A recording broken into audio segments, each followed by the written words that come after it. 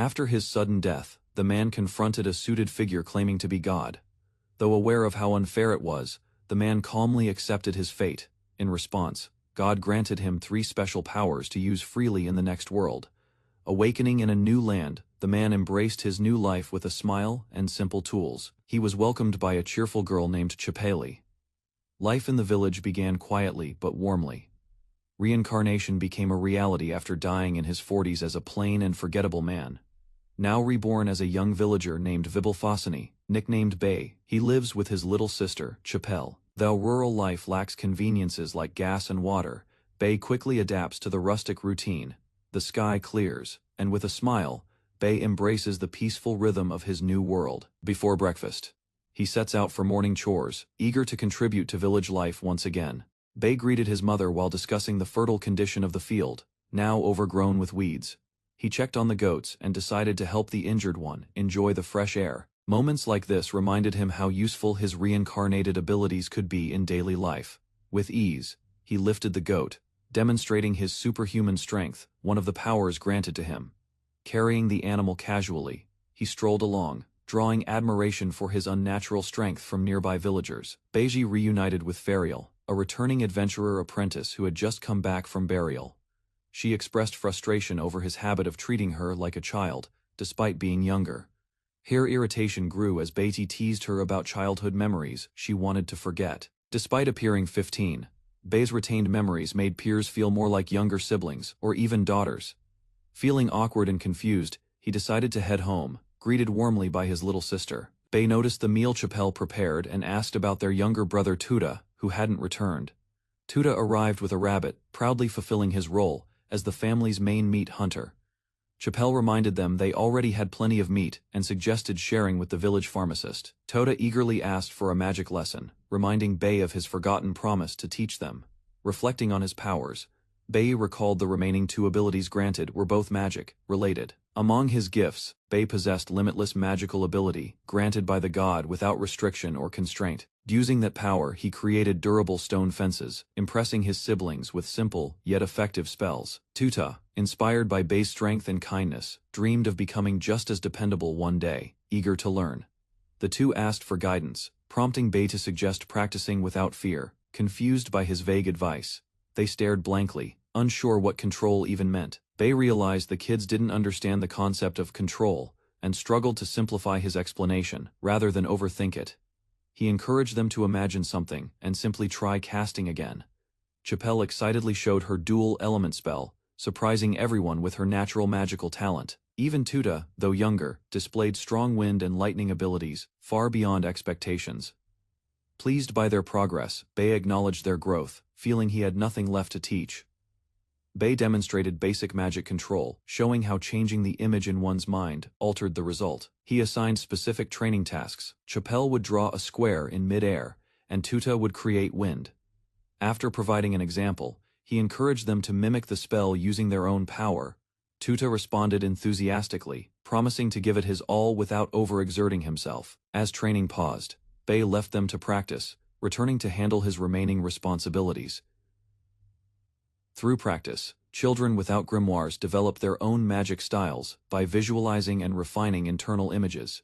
Bei enjoyed the freedom magic offered, especially when recreating techniques from his favorite anime heroes. His 3rd divine gift, a mana-free magic barrier, could be summoned at will without effort. This adaptable barrier could take any form, making it the most practical ability he possessed.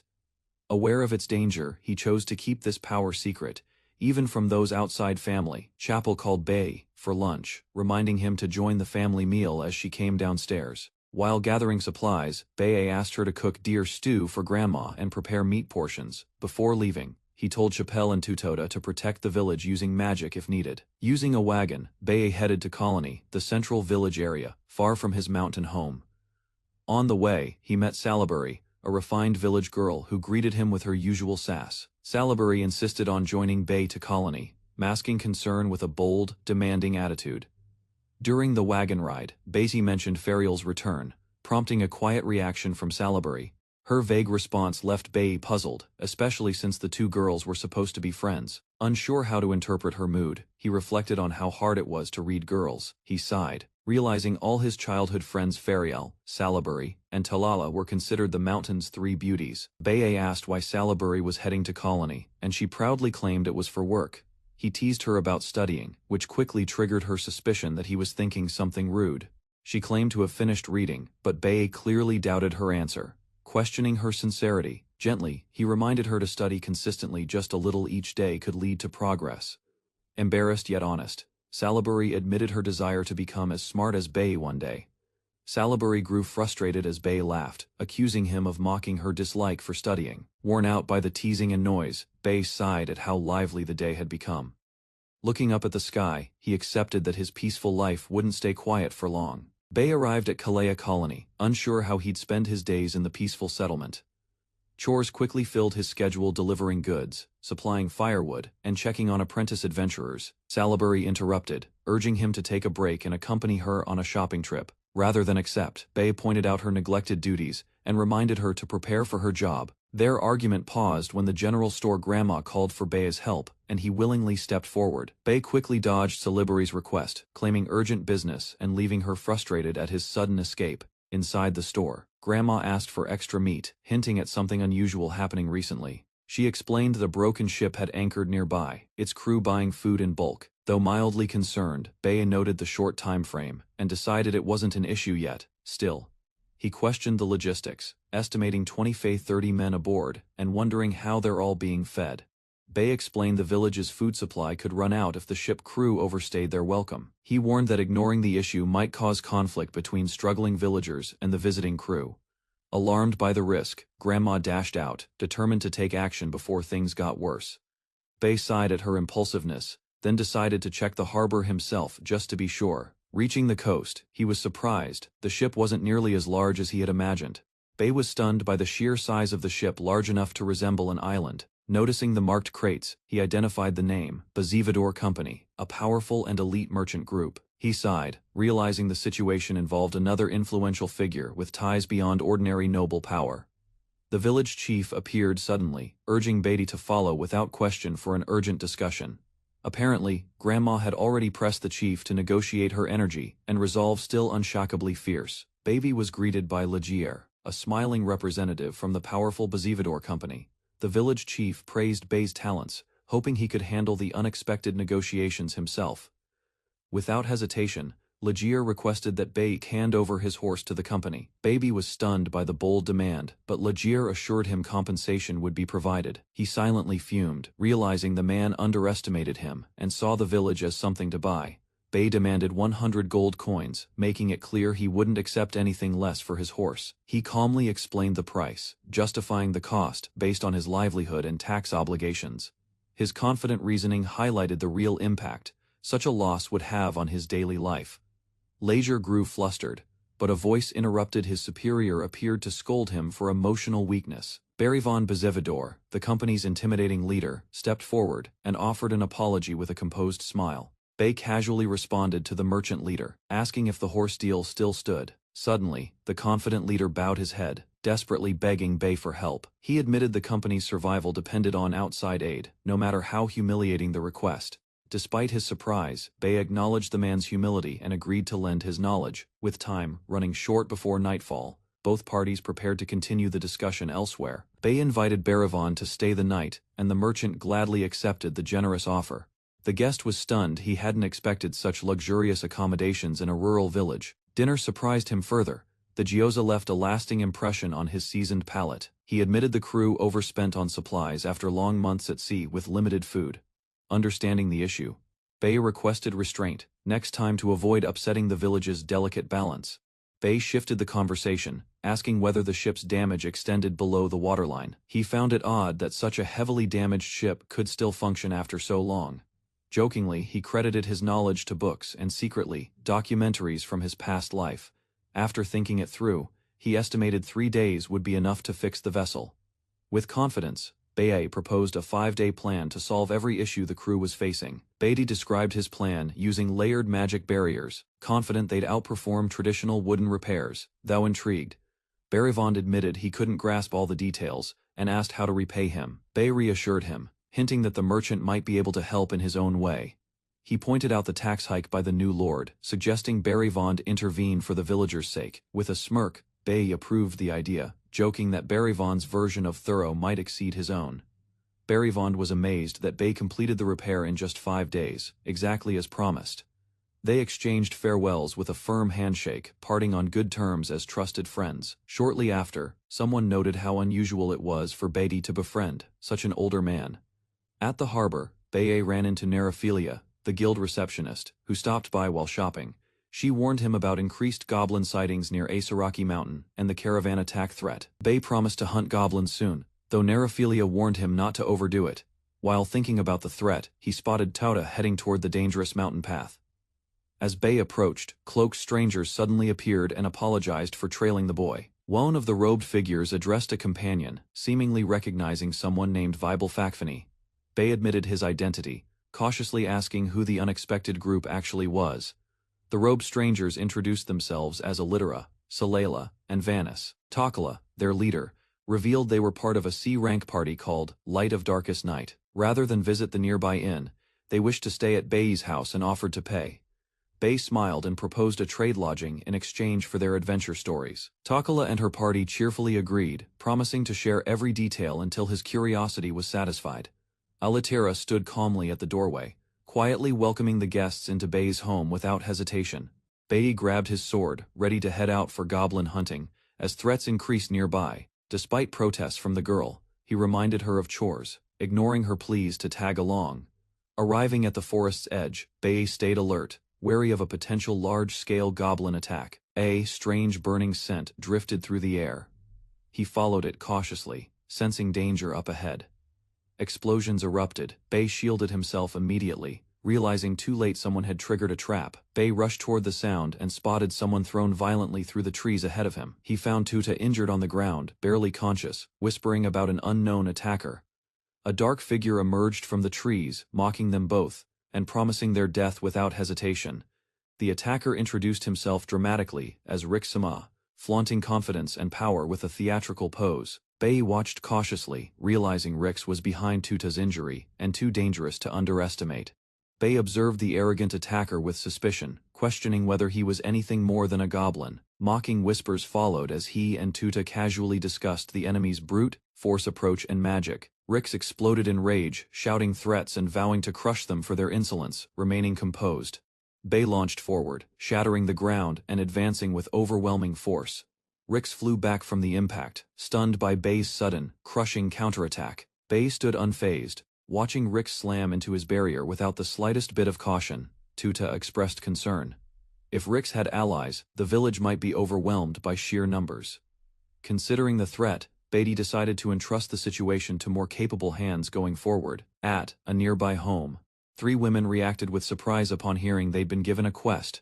Bae smiled warmly, asking them to investigate the forest and take over the goblin hunt. The team requested supplies, water, weapons, and rations before departing on their mission to scout the forest. Along with maps and a guide, Allitera volunteered to step out briefly before preparations finished. Bae noticed her elusive presence, realizing he hadn't sensed her approach at all. Her distant behavior stemmed from a troubled past, forming an emotional barrier between herself and others. Despite that, her teammate reassured Bae Allitera was kind and trustworthy, just slow to open up. Bae quietly walked through the moonlit forest, eyes scanning the surroundings with calm curiosity.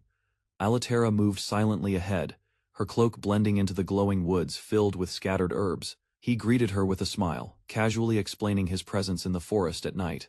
While kneeling, Bae mentioned how moonlight herbs made potent healing ointment when picked at this hour.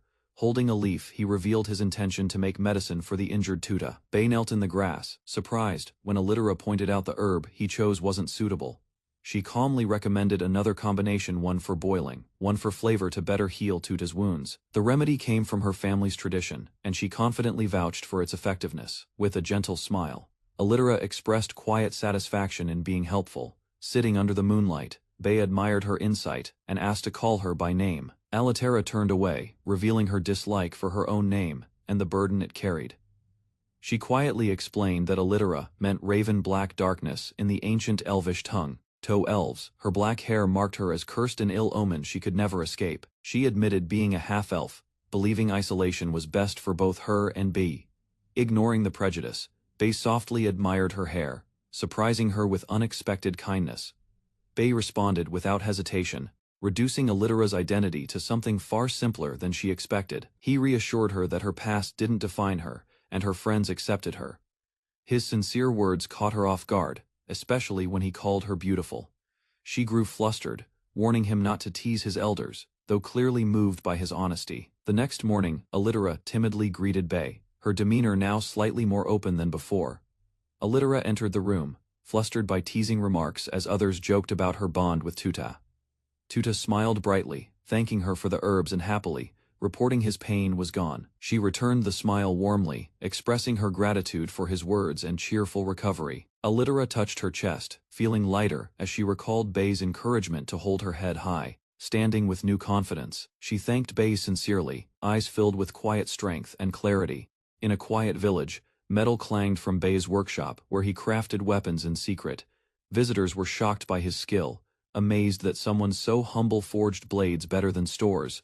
Behind a hidden door lay racks of swords and axes, more than anyone had imagined. Whispers filled the air as they discovered silver-plated armor and finely forged iron shields inside. With a proud smile, Bei offered a sword, finally revealing the hidden fruits of his hobby. Curious about the weapon's quality, she tested its weight and balance with cautious hands. Without hesitation, she swung with precision, slicing cleanly through the target as Bei watched silently, impressed by the result. She smiled brightly, while the others looked on in amazement. Another girl stepped forward, eager to find something suited to her as well. Despite being a mage, responding with a grin, Bei revealed a beautifully crafted defensive cane tailored perfectly for her role. Though it lacked charm, the cane's defensive power impressed her, shielding against attacks and poison alike. Another girl pouted, craving a unique weapon of her own and begging Bei for something special. To her delight, he presented 6 enchanted kunai, each infused with powerful time-use magic spells. As laughter filled the room, Beatty turned his attention toward the quiet, composed girl named Alitera. She politely declined, already equipped with a trusted staff and bow fit for her spirit magic. Surprised, Bei learned Alitera was the strongest among them, second only to the highest ranked. To support their journey, he offered a mysterious item, piquing curiosity with its odd shape. Holding it confidently, Bei revealed the item's purpose. It was a portable toilet for adventurers. He explained its origin, made for a female party member concerned about privacy on travels. To solve the issue, a bracelet was introduced activating its camouflage function, provided instant relief. A shimmering field appeared as the bracelet activated, forming an invisible, odor-proof toilet space inside. Bei grinned with pride, pleased by their reactions, and cheerfully thanked everyone for their support. Holding a bag of coins, he reminded them he couldn't afford to give gear for free. Before parting, Bei asked about their next move. Goblin hunting was the team's immediate plan. With confidence, Alitera promised to fulfill his quest, assuring him they'd return successful and safe. Bei smiled and placed his trust in Alitera, praising her as a dependable professional adventurer. Waves of laughter followed as the party departed, while comments about Bei's charm echoed light-heartedly. Left alone, he gazed at his peaceful home, realizing how hectic things had become lately. With no urgent tasks left, he decided to rest under the open sky, finally relaxing. Suddenly a voice called out in panic, interrupting his calm. Something had clearly gone wrong. A villager rushed over in panic, reporting that goblins had appeared at the lumberyard. Without hesitation, Bei left the house in Chappelle's care and prepared to handle the threat. Using his magic, he launched himself swiftly into the air, heading straight toward the danger. Onlookers stared in awe, realizing once again how extraordinary Bei's strength and abilities truly were. Without slowing down, he sprinted ahead, focused entirely on confronting the looming goblin menace. Bei arrived at the lumberyard and found Uncle Zabar tending to an injured worker. Zabar explained that the goblins seemed unusually coordinated, attacking in a well-formed group with weapons. After treating the wounded man, Bei advised rest, assuring them it was no trouble at all. While speaking, he noticed Zabar's alarmed expression and sensed an ominous presence behind him. Before he could react, Zabar shouted a warning. Danger was closing in from behind Bei. Aya's surprise attack hurled Bei to the ground, pain surging through him as dust rose. An ogre stepped forward, impressed Bei survived the hit, and taunted him with a flaming fist. Bei instructed Zabar to warn the others, insisting he could handle the situation alone. The ogre threatened to tear him apart, grinning cruelly as he advanced with confidence. Despite the tension, Bei smiled quietly, preparing to counter the incoming punch without flinching. Bei launched forward with precise speed, catching the ogre off guard with a powerful strike. Frustrated, the ogre lashed out wildly, shouting as Bei continued to evade each furious blow. Calmly raising a hand, Bei signaled readiness, eyes sharp and posture completely unwavering. Their fists collided in a dazzling clash. Bei blocked effortlessly, even complementing the ogre's strength mid-fight. Realizing the truth, the ogre trembled. Calling Bei a monster, an accusation Bei accepted with a grin. Unexpectedly, the ogre stood upright in full armor, leaving everyone stunned by its sudden transformation. Excited by the result, Bei cheerfully explained he planned to use the captured ogre for labor. Alitera stared at him in silence, radiating quiet hostility while Bei nervously tried to explain. The others watched with concern, worried that Alitera's anger might now become lethal for Bei. Taking a cautious step forward, she advanced slowly, ignoring Bei's plea to resolve the matter peacefully. Alitera confronted Bei, upset after rushing over, only to find him joking with the captured ogre. Lowering her voice, she questioned if he truly understood how they felt during the chaos. Tears welled in her eyes as she asked if he could grasp their worry and fear. She pounded on him in frustration, shouting how deeply concerned she had been. Relieved, she smiled through tears, grateful he was safe, while Bei thanked her with a blush. Bei was warned strictly by the village elder to avoid any reckless actions during his scouting.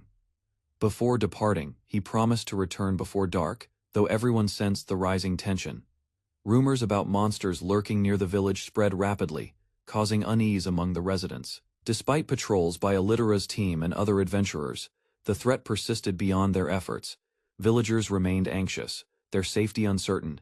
Even with increased vigilance and watchful planning, Bei planned to revisit the ogre he previously captured, hoping for useful information this time. Though warned again to avoid violence, he calmly reassured her he understood the limits. Troubled by the increasing monster appearances, he considered using force to uncover the truth. Suspicion grew. He sensed the monsters might actually be connected or even acquainted with each other. Pushing doubts aside, Bei decided to question them directly once he reached the prison. Bei stumbled upon a mysterious girl lying unconscious on the ground, her presence completely unexpected. Still motionless, she showed no signs of injury, which made the situation feel even stranger. Doubt crept in. He questioned whether this was a trap and sensed something was off. Cautiously approaching, he was relieved when she stirred and began questioning her own condition. Awkward silence followed until she addressed him, confused and embarrassed about fainting in that place. Suddenly, the girl's eyes lit up with a hypnotic glow as she urged him to look. Startled, Bei noticed the strange shine in her eyes. Unsure of what she was doing, realizing the danger, he quickly identified them as magic eyes and acted without hesitation. His suspicion proved right. She attempted to use magic, but his preset barrier blocked the effect. As she tried to escape, Bei responded swiftly, determined not to let her get away. To Bei's shock, the girl suddenly revealed wings and launched into the air to escape. She landed atop a tree, her transformation catching him completely off guard with surprise. No exposed, she floated mid-air. Her appearance confirmed she was a succubus in disguise. She introduced herself as Charny, visibly frustrated that her magic eyes had no effect. Tensions rose when she demanded Rex's return and accused Bei of breaking Rin's horn. Bei confirmed his suspicion as Charny fiercely declared her loyalty to her captured comrade. While keeping his distance, he casually commented on the cuteness of Charny's suspiciously flashy outfit. Flattered by the compliment, Charny joyfully explained that her master made the dress specially. Proudly, she praised her master's kindness and shared about the many stylish outfits she received. However, the mood shifted when Charny revealed she wasn't actually a girl, leaving Bei stunned. Bei reacted internally to the truth with disbelief, while Charny blushed from his accidental praise. Without warning, he cast a binding spell to stop any further distractions or escape. Firmly, he explained he had no time left for discussions about fashion preferences. Charny ended up locked behind bars, shouting complaints while Bei sat nearby, unmoved. Later that night, Bei reflected with frustration. He still knew nothing about Charny's mysterious master. While lying awake, Bei pondered Charny's identity, unsure whether to call him a succubus or incubus. Suddenly, Chappelle burst into the room, waking Bei with urgent shouts and panic. She reported that Tuta still hadn't returned, concern clearly written across her face, retracing events. She mentioned sunset passed over an hour ago and handed Bei a clue. Reading the message tied to the arrow, Bei recognized it immediately. It was a challenge. Bei offered Shapil a warm smile, assuring her that Tuta would return soon. He then calmed Oken, confidently stating that everything would be fine and under control. However, deep down, he struggled with doubt, sensing that danger might be approaching them directly. As expected, a knock at the door interrupted his thoughts. Someone had already arrived. To his surprise, a polite, Baudai, wearing slime appeared, apologizing for the late night visit. Bei was puzzled by the talking slime's appearance and politely asked about its identity. Introducing itself as Bambil, the slime claimed to be the butler and guardian of its master. Bambil requested the release of Rex and Charney, offering compensation and admitting their group's fault. Bei criticized the request, pointing out their prior aggression and calling it hypocritical, despite the offer. Bei made clear he didn't want money and began considering his terms. Bambil proposed a favor, based deal his group would obey and assist whenever needed. Bei accepted with a smile, sealing the agreement with a warm drink and handshake. Unexpectedly, Bambil made another request, asking Bei to meet his mysterious master. The slime explained the master was a dungeon lord currently facing internal troubles. Bei agreed to consider helping, offering conditional support depending on the nature of the problem. Bei agreed to help, but only after demanding an apology for harming his younger brother. Charney tearfully embraced Bambil while Rex hesitated, reluctant to express his gratitude. Bambil quickly silenced Rex's protest, making both prisoners thank Bei properly. Before departure, Charney offered to guide Bei to the dungeon as promised. On the way, a group emerged from hiding. Bei recognized their presence instantly and confronted them. Bei asked the group why they were following, prompting them to express their concern for him. Bambil welcomed their company, assuring that more of Bei's comrades were always accepted. With everyone in agreement, Bei smiled and suggested they begin their journey together. The group entered the dungeon, cautiously heading toward a meeting with the dungeon master. An explanation followed. Dungeon masters control all monsters, and some wield dangerously strong magic. Bei and the others stood before a strange structure, unsure if it was a tower or ruin. Curious, one of the girls asked if Bei recognized it from somewhere. He admitted he did, though, only from his previous life. A strange slime in a bow tie visited Bei and invited him to a mysterious dungeon. Suspicious of the wording, Bei quietly questioned whether the message truly made sense at all.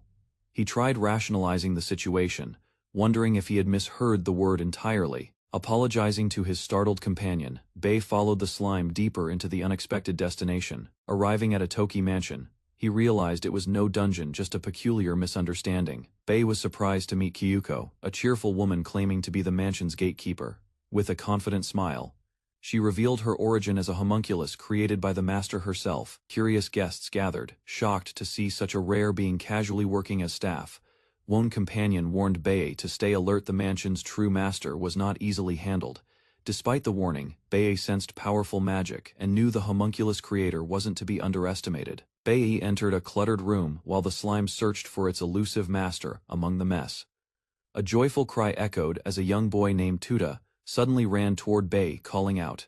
Tears welled up in the boy's eyes as he clung tightly to his older brother's chest. Suddenly, chaos erupted. A crazed woman stormed in, yelling wildly, while an attacker emerged from the shadows. Reacting instantly, the elf girl leapt forward, clashing blades to protect the master from certain danger. Tensions flared as the elf held her blade while the slime tried to defuse the situation. Unbothered by the chaos, the master rambled about her crush and ignored the rising conflict around her. Fascinated by the elf's ears, she charged at her, prompting urgent pleas for calm from the slime. Disturbed by her behavior, Bei turned away with Tuta, clearly sensing danger and deciding to leave. As they parted, the elf promised to handle things, while Bei offered reluctant support and quiet concern. The woman fixated on the sleeping boy, her strange thoughts stirring suspicion once again. Reacting swiftly, Bei kicked her away, ordering her to keep her distance from his brother. Sitting down in disbelief, he muttered about the absurdity of meeting someone like her. His suspicions were confirmed when she recognized him as another reincarnated person like herself. Peeling fruit calmly, Bei acknowledged the nostalgic items that hinted at their shared past lives. Bei sighed, realizing the girl sharing his reincarnated status acted more like a troublesome menace. Finally introducing herself, she requested to be called Irina. Though her mood had clearly soured, Bei responded with his nickname, explaining that his real name was too long to bother using. Irina admired his name, insisted on calling him Vidono, and hinted at needing his help. With sincere eyes, Irina pleaded for protection, revealing she was being targeted by a dangerous enemy. Irina explained that she was constantly attacked whether by heroes or monsters for many different reasons. Her troubles, she claimed, stemmed from her very existence and the wish she made upon reincarnation. Among her requests, she had asked to keep her exact physical body from her previous life. This led to a shocking outcome. She now lived as one of the undead. Despite her human appearance, Irina confessed her true race, a lich with monstrous traits and abilities. Irina revealed that, as a lich, she could only eat within her dungeon using energy drain. Despite the grim details, she cheerfully explained her wish's freedom to be a shut-in and summon allies. Bei snapped in frustration, scolding her harshly for being unable to protect herself properly. Carrying his brother, he decided to leave, claiming there was nothing he could help her with. Desperate, Irina clung to him, begging Vidono not to walk away from her situation. The slime quietly interrupted, pleading with Bei to help their struggling and misunderstood master, Irina. It explained their hardships wandering endlessly until they finally found this peaceful sanctuary they hoped to protect. Irina looked shocked, while the slime earnestly begged Bei to lend even a little support. After a pause, Bei relented and agreed to assist them with their difficult situation. He made it clear he'd offer guidance only. The actual effort would still be their responsibility. A subordinate burst in, shouting an urgent warning as his panicked footsteps echoed down the hall. Recognizing Bei, the man hesitated, revealing his identity as the goblin they'd encountered previously. He reported that orcs were approaching the dungeon, steadily advancing toward their location. Hearing this, Irina screamed in horror, recalling disturbing past encounters with the vulgar creatures. Collapsed in despair, she was reminded how those orcs had obsessively stalked her due to her body. Elytra arrived in a rush, warning Bei that orcs were dangerous and urging him to leave, instead of retreating. Bei calmly asked about the enemy's numbers and tactical strength from the report. Though he refused to fight directly, he hinted that there were still ways he could assist. Surprising everyone, Bei rolled out a rack of restraints with confident precision and clarity. He instructed them to use the tools to capture the orcs alive for Irina's long-term sustenance. Irina lit up with joy as she ordered preparations, urging her monsters to act quickly. Charney, arriving at the scene, questioned the situation but was immediately roped into the plan. After a desperate plea from Irina and encouragement from Bei, Charney reluctantly accepted her role. With renewed determination, she promised to protect her master and joined the operation without hesitation. Once things were in motion, Bei quietly stepped back, confident they could manage without him. Bei stepped out, wishing them luck in the upcoming battle with the orcs before leaving. With a smile he waved goodbye, assuring them he'd return to check on things later. Irina watched him go, smiling warmly and expressing her gratitude with sincere appreciation. Outside, Bei laid out a long sigh as the moonlit path stretched quietly ahead, reflecting aloud. He admitted that despite being a monster, Irina was strangely easy to accept. Tota finally stirred awake as the group paused to check on his condition. His stomach rumbled, and he quietly confessed his hunger to his older brother. Bei reassured him with a smile, promising food awaited them at home. After preparing for their forest patrol, the women bid farewell, leaving Bei to tend to village chores. Laundry hung under the sun, and the girls cheerfully enjoyed the calm weather while chatting beside the clothesline. A line of approaching carriages soon caught their attention, breaking the quiet routine of the morning. Recognizing the lead figure, Bei realized it was Avel, the merchant, returning with unexpected company. Surprised, Bei noted Avel's large entourage, unlike his usual solo visits to the peaceful countryside village. Avel encouraged his companion forward, prompting Bei to face the unfamiliar boy standing quietly beside him. With visible nervousness, the boy introduced himself as Box, Avel's younger brother, bowing with great formality. Avel gently explained Box's role, asking the villagers to support him as he began his merchant journey. Smiling, Avel revealed his retirement plans, aiming to settle down and open a shop in the village. Bei, surprised by the announcement, questioned the decision. While a new figure quietly approached the group, Bei was stunned when the unfamiliar girl, Serenilla, introduced herself as Avel's wife. With a proud yet awkward smile, Avel explained the sudden development he had recently married her. Startled by the news, Bei quickly congratulated the couple, scolding Avel for hiding such a big event. The cheerful announcement caused a stir, drawing attention and unexpected reactions from the other villagers. While the guests were invited to rest, Box politely excused himself for a pending business meeting. Box asked Bei for help reaching the village center, hinting at something important he wished to discuss. They sat down together as Box shared his wish to surprise Avel and Serenilla with a celebration.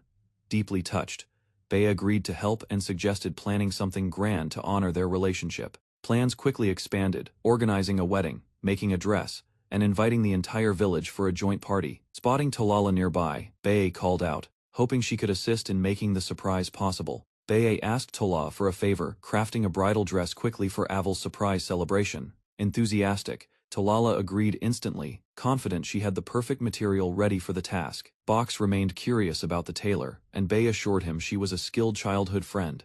A voice offered unexpected help. Someone nearby had overheard and wanted to assist with preparations. Bae parted with Box, then turned toward the trees, confronting Salaberry hiding silently in the shadows. Salaberry glared coldly at Bae, questioning his sudden busyness and the reason for her own irritation. Trying to shift the mood, Bae complimented her new hairstyle, which caught her pleasantly off guard. She proudly welcomed the praise, beaming as she urged him to compliment her more. Without warning, Bae asked if she could style Saranilla's hair for the upcoming wedding. Confused, but understanding, Salaberry realized who Saranilla was and quietly accepted Bae's flashy wedding plans. Salaberry agreed to help, immediately taking charge and insisting they notify everyone without wasting time. Determined to do things properly, she reminded Bae that a wedding deserved full effort and sincerity. Back home, Bae was greeted warmly by the others, preparing lunch, cheerful and unaware of the plans. As they chatted, Bae mentioned Box's absence and cautiously addressed the knife still in her hand. Realizing her mistake, she panicked and apologized, embarrassed for unintentionally scaring them with the blade. Bae commented on Saranilla's unique personality, prompting Aval to reveal she was actually a noble's daughter. Jokingly, Bae teased Aval about marrying into status, noting Saranilla's refined aura. Aval explained she left her family to pursue medicine and was disowned for following that dream. Moved by her resolve, Aval admitted he fell in love with her strength and determination. Grinning, Bae offered to build them a house as a wedding present, surprising everyone with the gesture. Bae accepted the request, promising to consult the village chief and choose a location near their home. The suggestion of adding a clinic surprised Saranilla, her excitement immediately shining through her reaction. Although the project would take time, her long-held dream of owning a clinic felt suddenly within reach. Watching quietly, Bae smiled with confidence, hinting that another surprise still awaited the couple. Both Aval and Saranilla stared blankly, sensing something unexpected was about to unfold. While work continued quietly, Bae noticed movement nearby as someone returned to the village. A small group arrived home, relieved and comforted by the warm welcome waiting for them. Their relief turned to confusion when a newly built house stood where nothing existed earlier. The visitors were introduced as adventurers temporarily staying under Bae's care. Shock spread as their identity was revealed, leaving Bae stunned by the unexpected reunion. Bae listened as exaggerated rumors spread, turning the visiting adventurers into legendary figures beyond their true deeds. Embarrassed by the praise, the group downplayed their reputation while Bae reacted with awkward disbelief. The moment shifted when help was requested, pulling Bae back into preparations as familiar faces returned. Suspicion followed quickly, and it became clear something important was being kept hidden from him. Just as the tension peaked, Box arrived late, unknowingly stepping into the middle of unfolding plans. Villagers arrived in high spirits, bringing gifts and congratulations as word of the marriage spread quickly. The surprise was revealed to Aval, who learned the entire village had been invited to celebrate. Standing calmly, Bae credited Box as the one who sparked the idea behind the grand gathering. Stepping forward, Box presented flowers, wishing happiness for Aval and Saranilla with sincerity. Overcome with emotion, Aval struggled to hold back tears as the celebration truly began. Standing before him, the moment arrived for Aval to face his bride. Guided forward by quiet encouragement, Saranilla appeared in her wedding dress, calm and radiant, petals drifting as the scene grew still. Pride spread among those who prepared everything, admiring how beautifully the dress suited her. Overwhelmed, Aval expressed gratitude toward Box, Bae and the villagers who made everything possible. With the ceremony ready to begin, Bae stepped forward, signaling the celebration could finally start.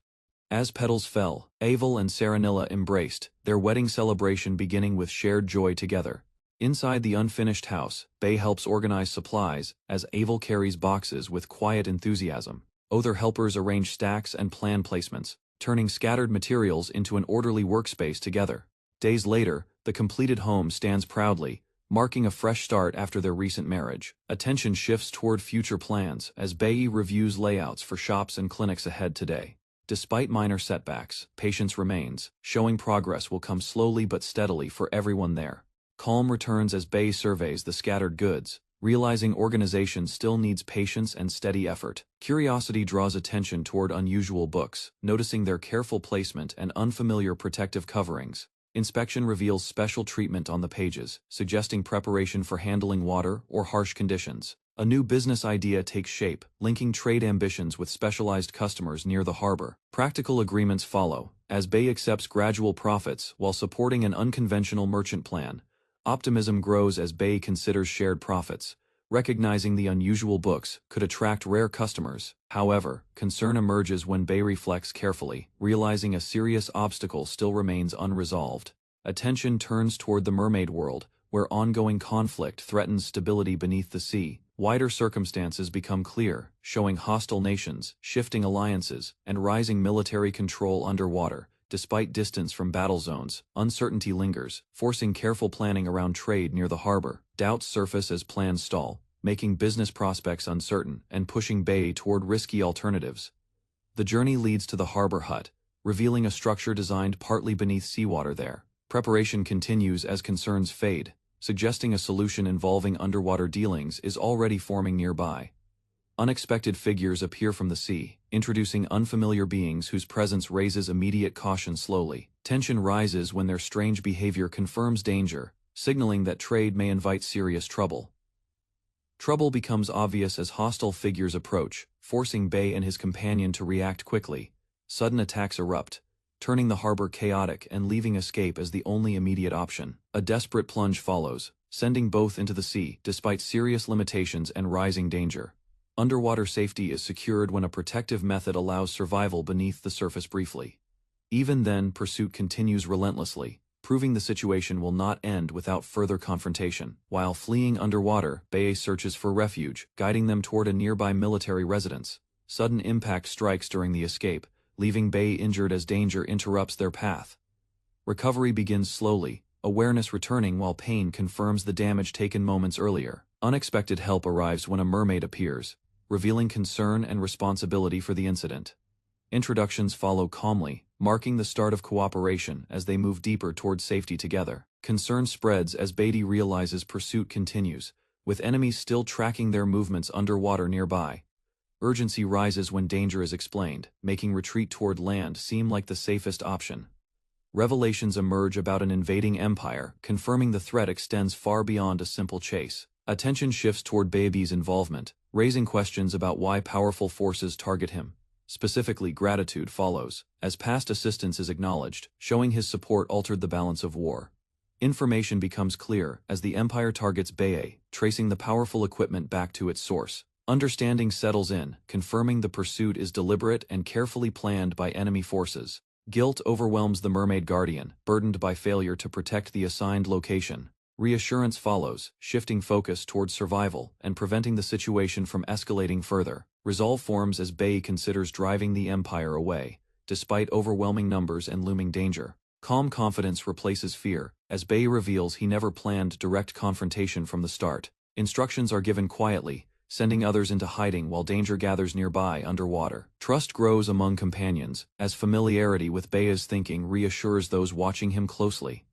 Certainty settles when confidence in Bae's abilities outweighs lingering worry about the coming conflict. Meanwhile, enemy forces advance aggressively, spreading destruction that signals the situation is rapidly escalating. Observing their behavior calmly, Bae approaches the intruders, recognizing them as reckless bandits abusing power. Realization spreads among the attackers, as they identify Bae as the source behind the equipment. Confidence remains unshaken while Bae advances, forcing hesitation through sheer presence and control. Violence erupts when the enemies strike, yet their assault fails to break Bae's composure. A sudden countermeasure traps the attackers, triggering panic and retreat as their advantage collapses. A massive net seals the area, capturing the attackers as Bae calmly surveys the successful restraint. With the threat neutralized, he considers the next step while the trapped figures struggle uselessly. Observers react with shock and anger, misunderstanding the situation and directing hostility toward Bae. Tension eases. Once the misunderstanding clears, revealing the act was controlled rather than cruel. Authority takes over the prisoners, allowing the group to withdraw as the day quietly comes to an end. After the conflict ends, a dropped item is noticed, drawing attention back to unfinished business. Surprise spreads as the object is revealed to be a book found beneath the sea. Plans resurface regarding trade with mermaids, while doubts about selling and timing remain. Instead of payment, cooperation is offered, proposing help from the surface during recovery. Understanding grows between them, as kindness and continued contact shape a calmer future ahead. Light-hearted teasing follows, surprising the mermaid and revealing Bei's casual attitude after resolving underwater trouble. Confusion lingers as Aval watches quietly, unsure how to respond to Bei's unexpected humor there. Bei's plan to enter a dangerous dungeon raised immediate concern from a startled elf companion. Despite warnings, Bei calmly explained his promise to protect the group until they gained strength. While hesitant, Tuta stepped forward, declaring his wish to join, surprising everyone with his determination. Clutching his shirt, the boy admitted his fear, but chose to pursue strength regardless. Inspired, the elf smiled proudly, vowing to do her best alongside Bei's brave little brother. Concerned about the upcoming dungeon trip, Allitera volunteered to join Bei and the young boy. A sudden intrusion shattered the moment, as a dazed woman staggered forward, eyes spinning wildly. Her chaotic energy startled everyone, prompting Allitera to intervene while the boy hid behind her cautiously. Bei greeted the woman VI with a smile, asking her to compose herself before continuing their talk. With unexpected calm, V explained her purpose. She discovered a way to shield them from danger. Bei calmly asked VI to explain her plan, prompting her to excitedly reveal a bold idea. According to her, the first step was building an underground town as the foundation. To everyone's surprise, she declared Arena would become the ruler of the new country. Bei supported the vision, proposing trade through farming and livestock to fund their defense.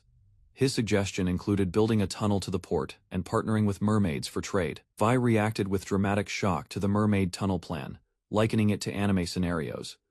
Overwhelmed with excitement, she declared her readiness to help dig. Fists clenched in determination, Bei smiled and redirected her, explaining that she had a more important mission ahead. He urged Arena to stop depending on others and start working independently through training. Panicked, she reminded him she was undead and sunlight would literally turn her to ash. Bei responded bluntly to Vic's excuse, suggesting she simply work at night instead of complaining. Overwhelmed but accepting, Vi agreed to try her best, encouraged by her floating companion's cheer. Outside, Tuta challenged Bei to a race, confident his speed had finally improved through training. With a loud start, they dashed off. But Bei still easily claimed victory with a grin. Breathing heavily, Allitera caught up last and reminded Bei not to leave her behind again. Allitera panicked when a goat suddenly approached, catching her completely off guard with its stare. Bei casually noted it was shearing day as a cheerful girl named Tahala joined them. Woman filled the area, busily working with the goats as Tawala explained their village's custom. Encouraged to try, Allitera nervously refused, doubting her own skills and hesitating to participate. Unexpectedly, her friends had already completed the work, leaving her stunned by their quiet efficiency. Tawala impressed everyone with her shearing skills, though she admitted it was her first time. Leaving the group behind, Bei walked away confidently, claiming that men had different tasks to handle. While the girls chatted, Allitera reflected on Bei's odd behavior, unsure what he truly meant. Lying in the grass, Bei listed his recent accomplishments and began questioning his workload. He stared into the distance, recalling his hope for a peaceful life as a simple villager. Bei reflected on his old suffocating world and felt grateful for his new peaceful life. A rustling sound nearby caught his attention, but the breeze and calm expression returned quickly. From the bushes, an unfamiliar half-beast girl emerged. Her large eyes meeting Bei's curious gaze. Sensing her hunger, Bei offered her a cookie, assuring it was safe to eat. Watching her eat happily, he realized a single treat wasn't enough, and asked about meat. Using magic, Eliza summoned a pot, and Bei began preparing a simple meal right away. Fully satisfied, the small girl leaned back with a happy burp, eyes closed in comfort. Bei stared at the empty dish, unsure what to do as she slept beside him. A shadow loomed with glowing eyes, demanding to know Bei's intentions for his daughter. The large man introduced himself as Herbal, chief of the Sierra tribe and father to Eliza. Bei confronted Herbal about leaving Eliza alone, pointing out how weak she had been when found. Herbal remained silent, but Bei sensed there was a painful reason behind the situation. Offering support, Bei directed him to a nearby shop, vouching for someone who might help. Though curious, Bei chose not to press further, trusting Herbal had his reasons. Extending his hand, Bei expressed his belief that people should support each other during hard times. Herbal gently held Eliza, while Bay smiled in quiet understanding of the bond between them. With a grateful bow, Herbal thanked Bay before quietly disappearing into the forest shadows. Tuda approached, asking if the shearing was over, surprised to see Bay nearby again.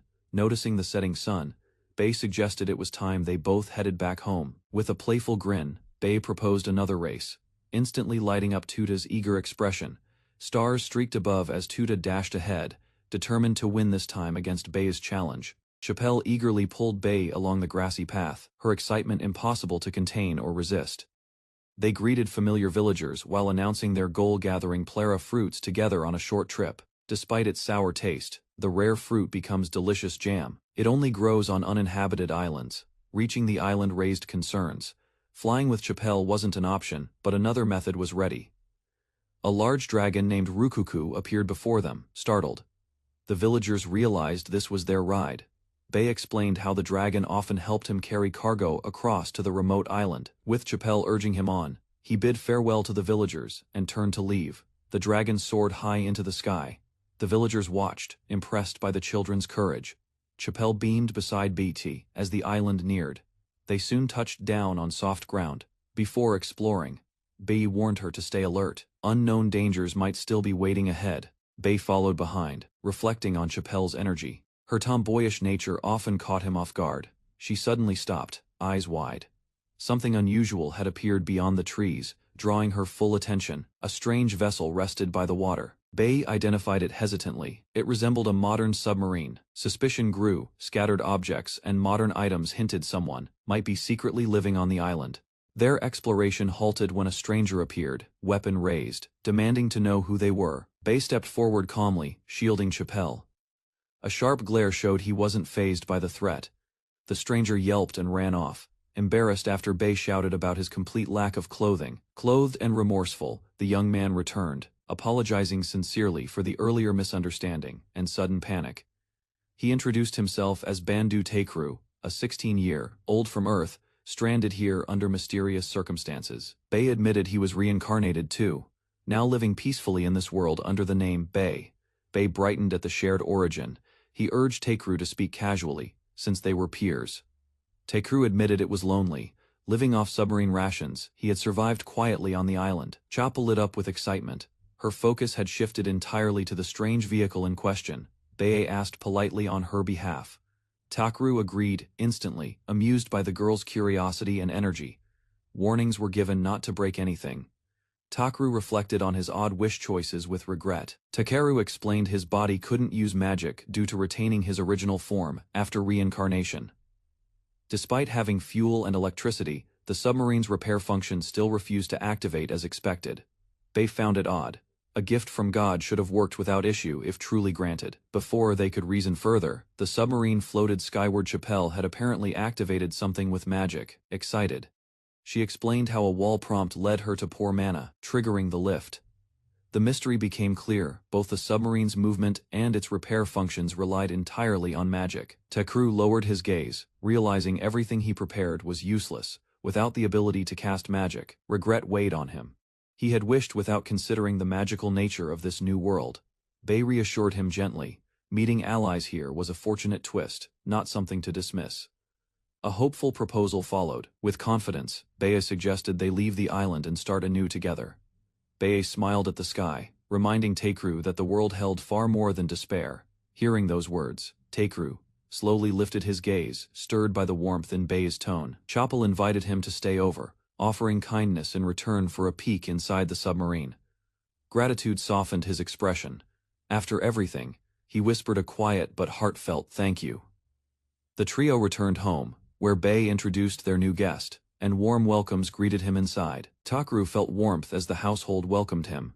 The offer of a bath eased his nerves. Suddenly, Saranilla burst into the room, calling Bay's name urgently with a concerned expression. She pleaded for Bay to come immediately. Their shop was facing unexpected and serious trouble. A crowd had already gathered outside, murmuring anxiously beneath the starlit sky. News spread fast. Someone important had arrived and apparently they were expecting to meet Bay soon. A towering horned man stepped forward, humbly explaining that they had come to ask for help. He pleaded with Bay to save them, desperation clear in his voice and posture. Their village had been attacked by orcs, forcing everyone to flee and separating many families. Though reunited with his daughter, they now had nowhere left to live or rebuild a home. With sincerity, he promised repayment. Their hope now rested solely in Bei's willingness to help. Bei consulted Aval for ideas. One proposal suggested relocating them to an old underground dungeon town. However, the area was still underdeveloped. No real structures or foundations had been built yet. Building an entire village from scratch would require substantial effort, resources, and time they lacked. Faced with limited options, both men shared a moment of silent frustration over the difficult situation.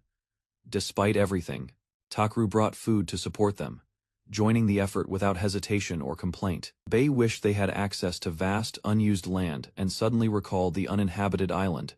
He proposed it aloud, noting its large size, lake, and mountain. The others were shocked, turning to the chieftain. Bei asked directly if relocating to the uninhabited island was acceptable. Though the land lacked hostility, the chieftain hesitated, uncertain if his people could adapt to it. Aval objected to abandoning them, but Bei reassured everyone the idea wasn't cruel, it was hope. Bei offered to personally teach survival skills, including construction, hunting, and trade on the island. He smiled confidently and asked whether the Sirata tribe would accept pioneering the untouched land. The proposal left everyone speechless. Under the full moon, silence answered his unexpected invitation.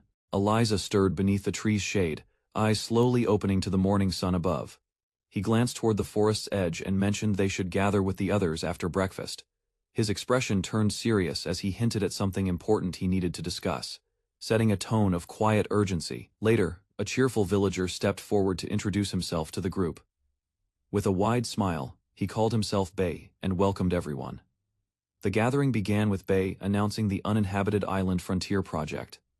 Eliza raised her hand, concern showing. She questioned the island's safety and voiced doubts shared by others. Acknowledging the concern, Bei nodded and redirected everyone's attention. He pointed to a quiet young man, assigning him the task of explaining the island's details. Caught off guard, the young man hesitated. Words failed him at first, and panic crept in. Still unsure, he stood awkwardly before the group as they sat waiting. The villagers asked carefully was the island dangerous, and had he faced any threats. With concern in their eyes, they sought honesty and clarity from someone who had first-hand experience. After a brief pause, he admitted the island posed no real danger. Although wild and untouched, it held abundant resources like edible plants and fish. The young man, though uncertain, expressed his belief that the island was livable with some adjustment. A larger man seized the moment, proclaiming the island's safety and strategic benefit. He pointed out the lack of invaders as a major advantage, appealing to the group's desire for peace. Whispers began spreading among the villagers. Doubt surfaced none of them had experience living near the sea. Bei quietly observed the crowd. The realization struck him that expecting land dwellers to accept a coastal life wouldn't be simple. Breaking the tension, he raised his voice passionately, with conviction. He urged them to view this as an opportunity for a better future. Memories of being exiled weighed heavily on the villagers, yet the hope of finally living in peace stirred something in them. Bei's proposal was repeated by another, stressing that the island could provide a life free from danger, although doubts remained, with conviction building. One of the men declared his decision. He chose to take a chance, believing this opportunity could reshape their lives. His plea was firm. Trust was all he asked for as he urged everyone to follow him, if only for now. One by one, the villagers voiced agreement. Together, they embraced the plan to rebuild their tribe and restore its greatness. Bei praised the chieftain's stirring speech, who, slightly embarrassed, admitted it had been a long time since he'd spoken that passionately. The mood lightened. Curious villagers requested to visit the island before deciding. Without hesitation, Bei pointed to Takru, suggesting he escort them. Trying to reassure him, Bei insisted it would be good training. Takru questioned the treatment but complied. Aval mentioned closing his shop for the day to meet the chieftain. Another reminded Bei not to tease Takru too much, though Bei claimed it was his way of showing affection. Switching to a business tone, the merchant requested Aval to sell the tribe's fur, hoping to support their future trade. A villager asked whether their fur could actually be sold for money. The merchant confirmed without hesitation, proudly declaring it a first-come, first-serve opportunity. Carefully calculating with his fingers, the merchant estimated one roll of fur could fetch around 5 silver coins, a surprisingly high value. The chieftain was stunned, compared to even premium goat's fur. Theirs was in higher demand due to its superior texture, making it sought after by artisans. Smiling confidently, the merchant offered to split the profits evenly. He asked that a portion of the earnings go to Bei, recognizing his efforts. Bei gratefully accepted, touched by the gesture and the tribe's appreciation. The merchant gave in with a sigh, agreeing to share part of the profit. Bei, already satisfied, teased him by wondering aloud what percentage he'd receive before anything could be sold. The tribe needed to gather and clip the furs properly. Shears moved smoothly as villagers worked together. Smiles spread across faces, and the once hesitant atmosphere turned cooperative. Nearby, Bei finally took a moment to rest beneath the trees. His calm expression suggested he felt the worst was over until a shadow approached with hesitant steps. A bearded figure emerged, requesting to help. Though the task wasn't assigned to him, he asked for work, eager to contribute to the tribe's effort. Bei stared at the bearded stranger in confusion, only now realizing he was a dwarf. The small man casually revealed he'd been with the Sirida tribe since the beginning. Curious, Bei asked if he wasn't satisfied helping with the island project. The dwarf admitted he was, but hinted that something felt lacking. Assuming the dwarf was a blacksmith, Bei enthusiastically offered to introduce him to a village smith. Taken aback, Bei asked what he actually could do. The dwarf hesitated, unsure how to respond, as the conversation shifted from confusion to curiosity. Beaming with pride, the dwarf finally announced his true skill, leather crafting. The dwarf spread his arms with pride, announcing he had made everything he was wearing himself. Lowering his gaze, the dwarf admitted that leatherwork was all he could offer. Still, he pleaded for the opportunity to be useful in some way. Beatty gently explained there were no leather workshops in the village, causing the dwarf's expression to fall. A solution came quickly. Beatty revealed he had a stockpile of unprocessed leather stored in his warehouse, hinting that there was already work waiting. Smiling, Beatty ascended an offer to become his personal leather craftsman. The dwarf blinked, caught off guard by the unexpected proposal. Bei reassured the dwarf that not only would he be paid, but a house could also be arranged for him and his family if needed.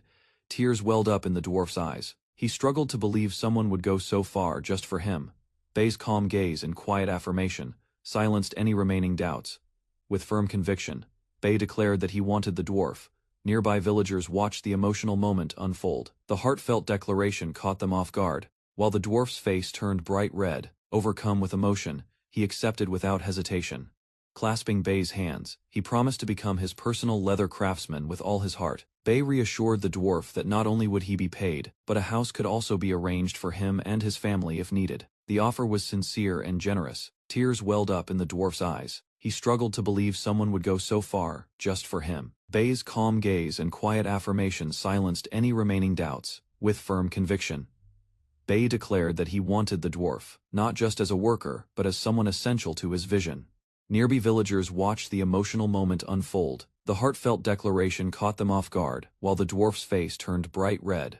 Overcome with emotion, he accepted without hesitation. Clasping Bei's hands, he promised to become his personal leather craftsman with all his heart. Takru smiled with determination, wanting to explore the world and see it with his own eyes. Bei responded warmly, clearly supportive. But a shift in tone soon followed. Suddenly, Bei stood up, his demeanor serious. He warned that the world wasn't so simple, and venturing into it wasn't something to take lightly. Listing responsibilities, Bei reminded Takru that he'd need to assemble a proper crew, fighters, a cook, and trustworthy allies to survive pirates and sea life. More than logistics, Bei pointed out a deeper issue. Takru still lacked basic knowledge about the world, making him unprepared for the journey ahead. Drawing close, Bei poked Takru's cheeks and emphasized his point. An ignorant captain would only endanger his crew. Takru, overwhelmed, could only nod nervously. Bei suggested they head to town the next day, his tone casual but full of purpose. Takru listened in surprise, as Bei explained he had business there anyway. Though confused at first, Takru slowly processed the offer. Realization dawned on him, and a smile broke through his blank expression. Laughter erupted as Takru let go of the tension. Joy filled the moment, lightening the air around them. While Takru teased Bei's impulsiveness, Bei simply shrugged. He valued his peaceful, flexible life, and saw no need to complicate it further. With arms lifted high, the craftsman excitedly reported to Bei that the requested task was complete. Bei examined the clothes given to him, unsure whether he should accept something so fine. Although they appeared expensive, he was assured they were made using leftover materials and expert skill alone. Just before departure, several children surrounded Bei, playfully demanding souvenirs from the town. Offering a small bow, Bei acknowledged their words and prepared for the journey. As he and his companion took off with their winged mount, the others waved and cheered them on. Not far off, a mysterious woman stood silently among falling leaves, her gaze fixed on the distant hills. Standing beneath the trees, the elven woman stared ahead in silence. Others noticed her stillness and teased her gently, hinting at feelings of loneliness. One companion spoke calmly, reflecting on Bei's change. They were relieved he had finally found a peer he could trust, someone to connect with on equal terms. Meanwhile, Bei arrived at the checkpoint with his cheerful companion. He introduced himself with confidence, while casually assigning the role of luggage carrier to the quiet boy beside him. A puzzled official raised an eyebrow at the situation, clearly surprised. He questioned the boy's willingness to assist without knowing the full story, leaving Bei's companion momentarily speechless. Bei's companion stood stunned after hearing how much shopping was involved. The official confirmed Bei's yearly habit of buying out nearly every store in town. As they entered Varial City, the atmosphere shifted. Bei led the way with enthusiasm, while his reluctant helper tried to voice concerns about the impossible task of carrying everything. With a calm smile, Bei explained there was no need to worry. Everything he bought would go straight into his personal barrier, eliminating any need to haul it by hand. He proudly revealed this convenient ability came from his reincarnation, before more questions could be asked. Bei grabbed his friend's hand and rushed ahead. Bei and Takeru stepped into the bustling marketplace, where shopkeepers welcomed them warmly. Afterward, they turned down a quieter path. Bei stopped near a tall building and pointed something out with a smile, sparking curiosity in Takeru's eyes. Inside, a merchant greeted Bei and handed over a parcel. With a short exchange, the ordered herbs were secured, and Bei promised to return again later. As they resumed walking, Bei asked Takeru to follow him to one final destination. They arrived at a familiar spot. Takeru looked around, eyes widening in realization. Recognition settled in as he turned to Bei, already sensing the significance of this place. Takeru followed Bei through the church gate, confused by the unexpected stop. Bei casually explained he planned to recruit the ship's crew from this very place. Two children sat near the entrance. Bei asked for the director, prompting a shy response. Moments later, the director greeted them warmly. Her expression lit up when she saw Bei, who had clearly visited before. She explained the orphanage's stable condition was thanks to Bei's generous support. Not only had he donated funds, but he'd also crafted useful tools to aid the facility. Takeru stood frozen in disbelief. The idea that someone his age could financially support an entire church left him overwhelmed. As lunch was served, Bei and Takeru were surprised by the aroma. One sip revealed a familiar taste that reminded them of miso soup. Bei clarified that it was actually called gozel soup. The children had prepared it themselves, rotating responsibility as part of their daily routine. Curious about the young chefs, Takeru wandered around the dining hall. He eventually found the two children responsible, quietly eating by the window. When complimented, the girl responded with defensive pride. Though her words were sharp, the blush on her face hinted at hidden appreciation. The director began to apologize for the child's tone, but Bei waved it off. He looked serious for the first time that day. Kneeling before the children, Bei offered them a role aboard his future ship as cooks, though departure wasn't imminent. He hoped they would consider the idea. One child questioned Bei's ability to lead. His uncertain appearance made them doubt whether he could truly command a ship. Despite the comment, Bei responded with determination. He admitted his inexperience, yet promised to show them sights far beyond anything they'd ever known. Hope lit up in their eyes. The promise of new experiences stirred a quiet longing they hadn't realized existed. Excited by the offer, both children jumped to their feet, with raised voices and eager smiles. Bei confirmed the children's decision with the director, who gladly approved. She trusted their judgment completely and gave her blessing. With new resolve, Bei declared their next destination, the royal capital. Takeru agreed, knowing their journey had just begun. Bei explained they needed to search further for capable allies. No one nearby could fend off pirates while also protecting the kids. When asked about his decision, Takeru didn't hesitate. He accepted the path ahead, ready to follow Bei's lead. A distant voice praised Takeru's newfound determination. That confident expression made it clear he had grown, thanks to Bei's influence. Under the moonlit sky, the orphanage rested in silence. Inside, the children slept peacefully without a care. Bei, still awake, looked up from his book as someone approached his room. The unexpected visit piqued his curiosity. Ali stepped through the door, wrapped in a towel.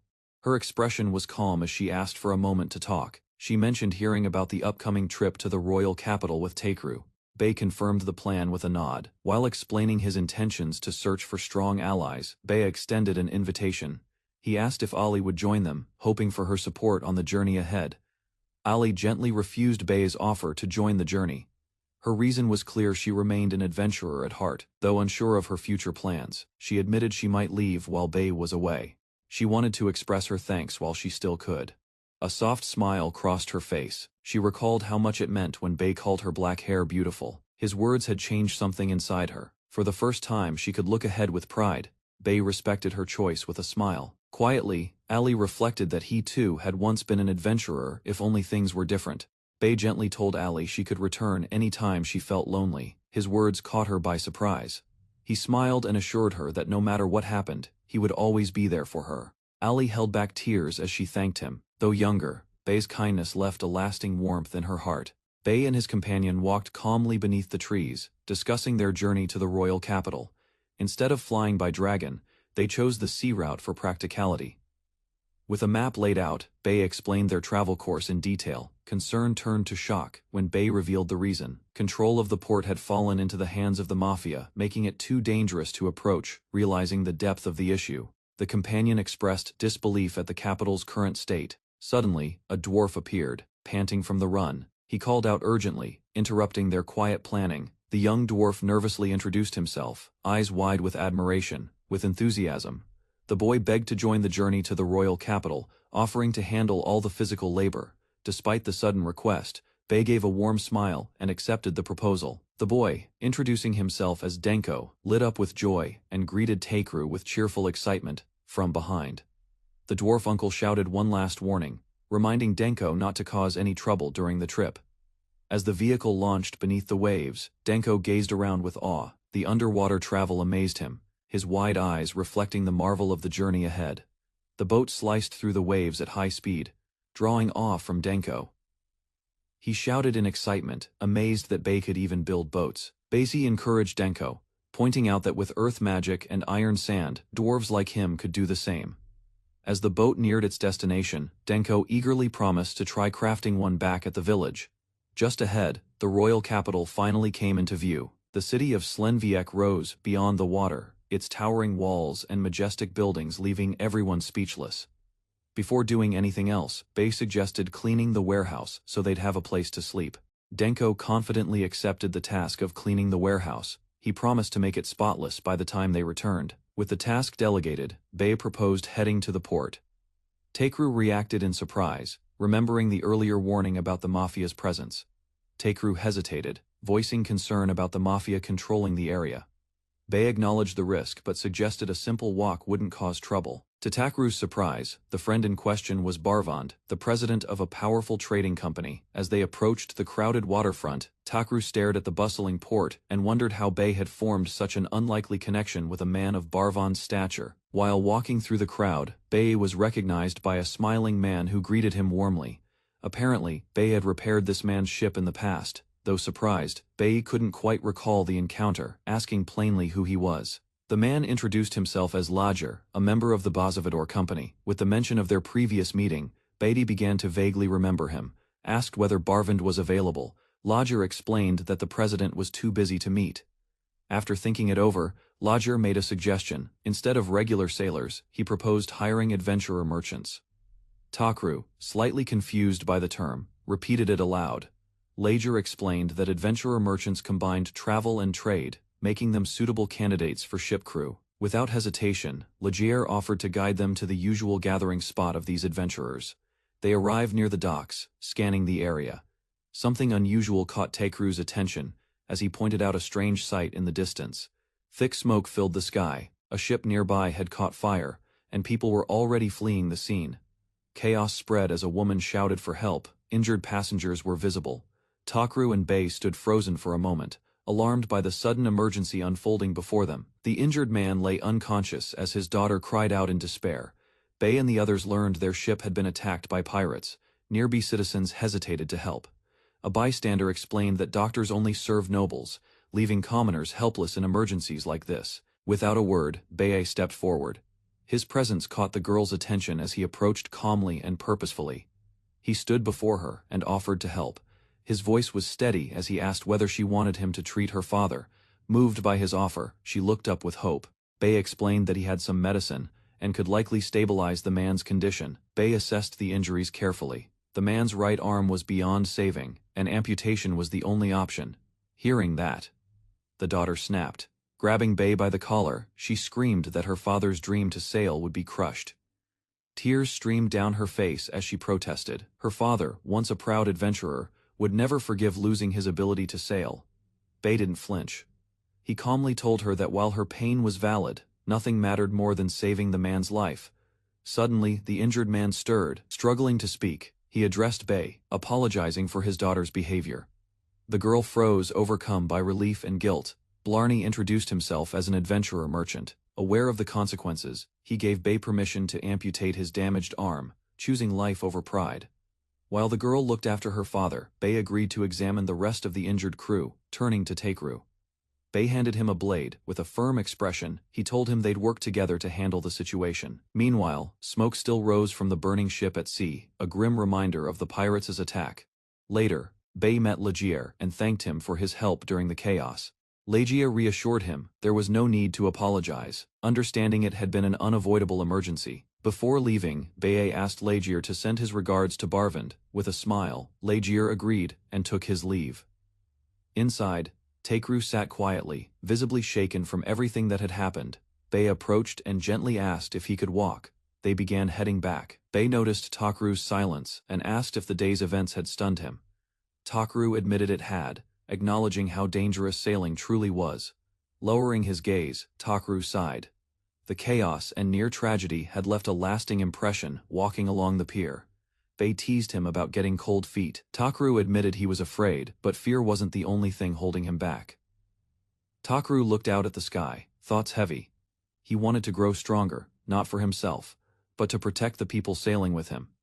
Responsibility settled on his shoulders. He accepted it without hesitation, knowing full well the weight of being captain. Bei watched in silence. Takeru's quiet determination was clear in his stance, even if his words had stopped.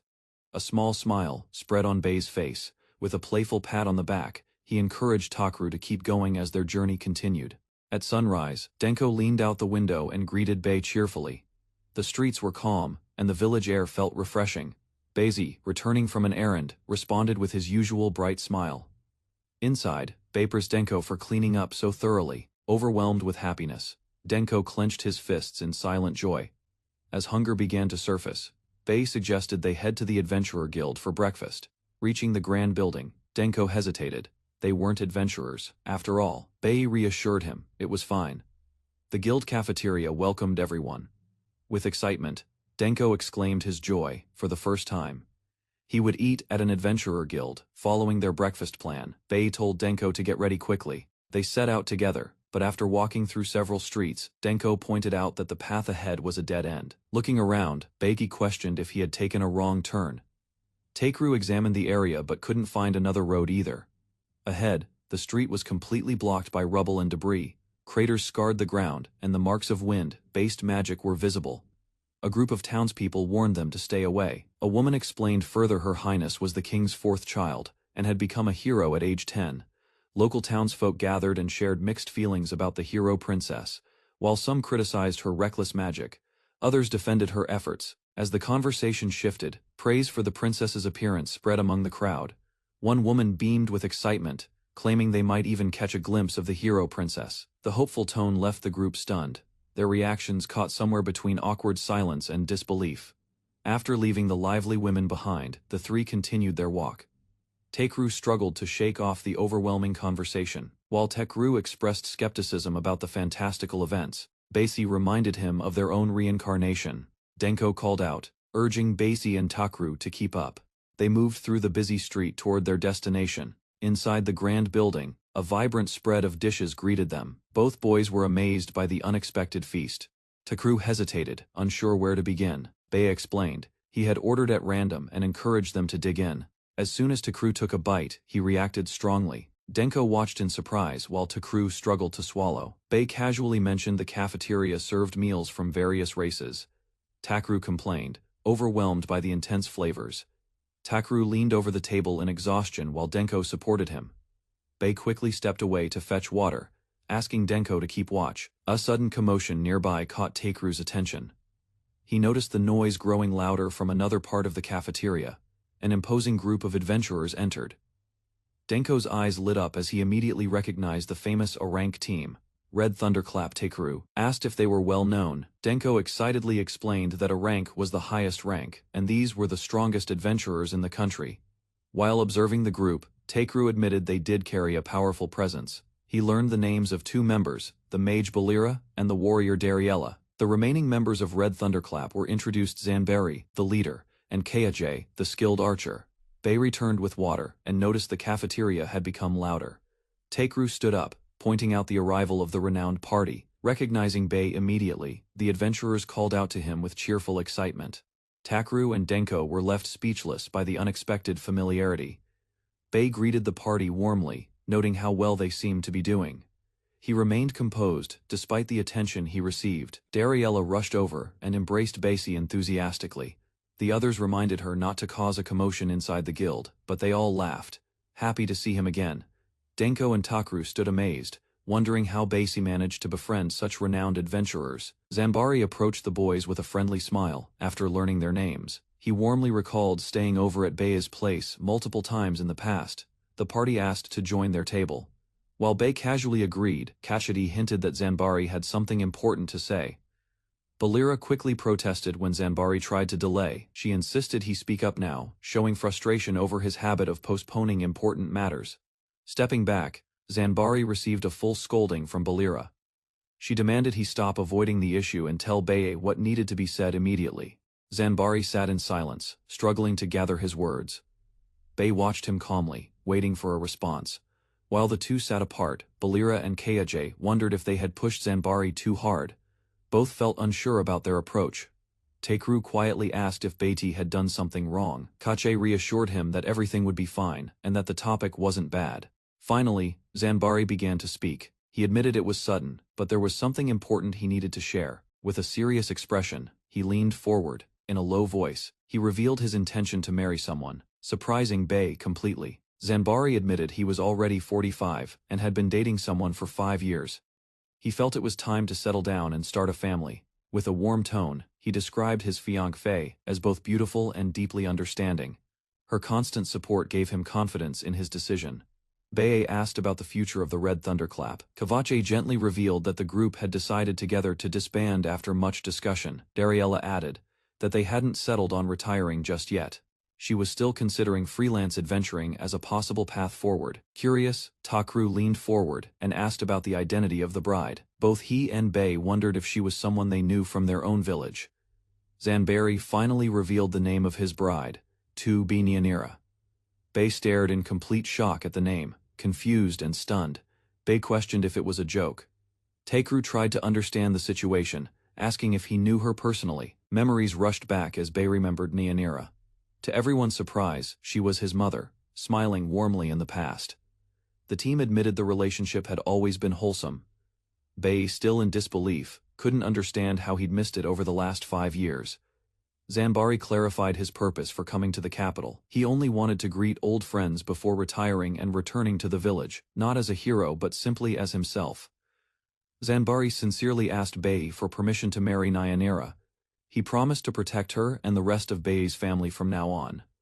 Bei, moved by his resolve, accepted. He smiled and said he'd be waiting in the village, unable to refuse such genuine commitment. Though calling him Pops felt too awkward, Bei agreed they could grow into a family slowly. Zanbari accepted with a hearty laugh. With the serious discussion over, Dariella rallied everyone to celebrate the engagement. Her enthusiasm shifted the atmosphere instantly. The group cheered around the table as Zanbari treated them. Kaije reminded the younger ones to skip the alcohol, and laughter filled the room. Zanbari, completely relaxed, collapsed into sleep after their talk. Watching him, Kahachi noted how relieved he seemed. When asked about his next steps, Kahachi admitted he hadn't given it much thought. Freelance adventuring didn't feel like the right fit. Balira, speaking calmly, suggested it might be time to settle down. With over 100 years behind him, even she felt it was overdue. Rather than objecting, Kaije sat in silence. Balira leaned in and hinted he should hear her out if he had no plans, breaking the tension. Bei introduced a new idea. Takru, he explained, was looking to build a crew and Kaji might just be the person he needed. Beiki confidently recommended Takru as a capable leader. Kaji and Takru were both caught off guard by the sudden proposal. Before hesitation could build, Kaji stood up and accepted. With determination, he requested to join Takru's crew immediately. Not only did Kaji accept without pause, but he also addressed Takru as captain, with surprising enthusiasm. Although Takru tried to offer time to reconsider, Kaji insisted he trusted his instincts. Bei quietly questioned if Kaji was possibly drunk. Rather than deny it, Bei clarified Kaji's behavior. Despite his looks, he was simply someone obsessed with adventuring, through and through. Kaji pulled Takru in close, assuring him there was no need to fear moving forward. His full support was promised with confidence. Smiling brightly, he suggested they embrace the unknown together. Takru could only stare in awe at his enthusiasm. Laughter filled the room as others watched the scene unfold. Balira joked that Takru had been completely swept off his feet. While the moonlit night settled in, Balira reminded Bei to take responsibility for this new team. He acknowledged it with a quiet nod. Before departure, Bei asked one last time if Kahachi was certain. Without hesitation, Kahachi answered he wanted to understand his new captain better. While Takru felt uncertain, Kahachi eagerly expressed his desire to hear more about the captain's past. Despite his doubts, Takru agreed to share what he could. On the way back, Bei noticed something strange. A group was gathered in front of their warehouse, prompting his concern. As they approached, the figures introduced themselves as patrol guards. Suspicion immediately followed as they demanded explanations from the group. Basie was accused of placing magic on the warehouse that immobilized anyone who touched it. He denied involvement, visibly annoyed by the claim. Before tensions escalated, Kakashi stepped forward. With calm composure, he prepared to intervene and resolve the situation directly. After dispelling the binding magic, the elf calmly observed the baffled patrol guards as they regained movement. Offended by her words, one of the guards lashed out. Without hesitation, she intercepted the strike, deflecting it effortlessly with composed precision. Gripping her weapon, she coldly reminded them their visit had concluded. Her firm tone made it clear they were no longer welcome. The trio watched the guards retreat. Though one member questioned her actions, the captain quietly offered his thanks, recognizing her intent. Back inside, the truth surfaced: the guards were imposters from the mafia. Their visit had only been a thinly veiled warning. They discussed the attention drawn by their rented warehouse, wondering why they were being watched. Confidence flared as one of them boldly claimed they could fend off any threats that came, despite the bravado. The others requested a gentler approach next time. Laughter followed, easing the tension. With their initial goal of gathering skilled companions accomplished, Bei and his group took a brief pause. Takru opted to explore the royal capital with Kache. Meanwhile, Bei planned to visit the market for souvenirs. Before parting, Bei realized Takru lacked travel funds. He casually reached out, requesting Takru's hand, then placed a hefty pouch into it. Kachi looked on, stunned while Takru struggled to hold the pouch.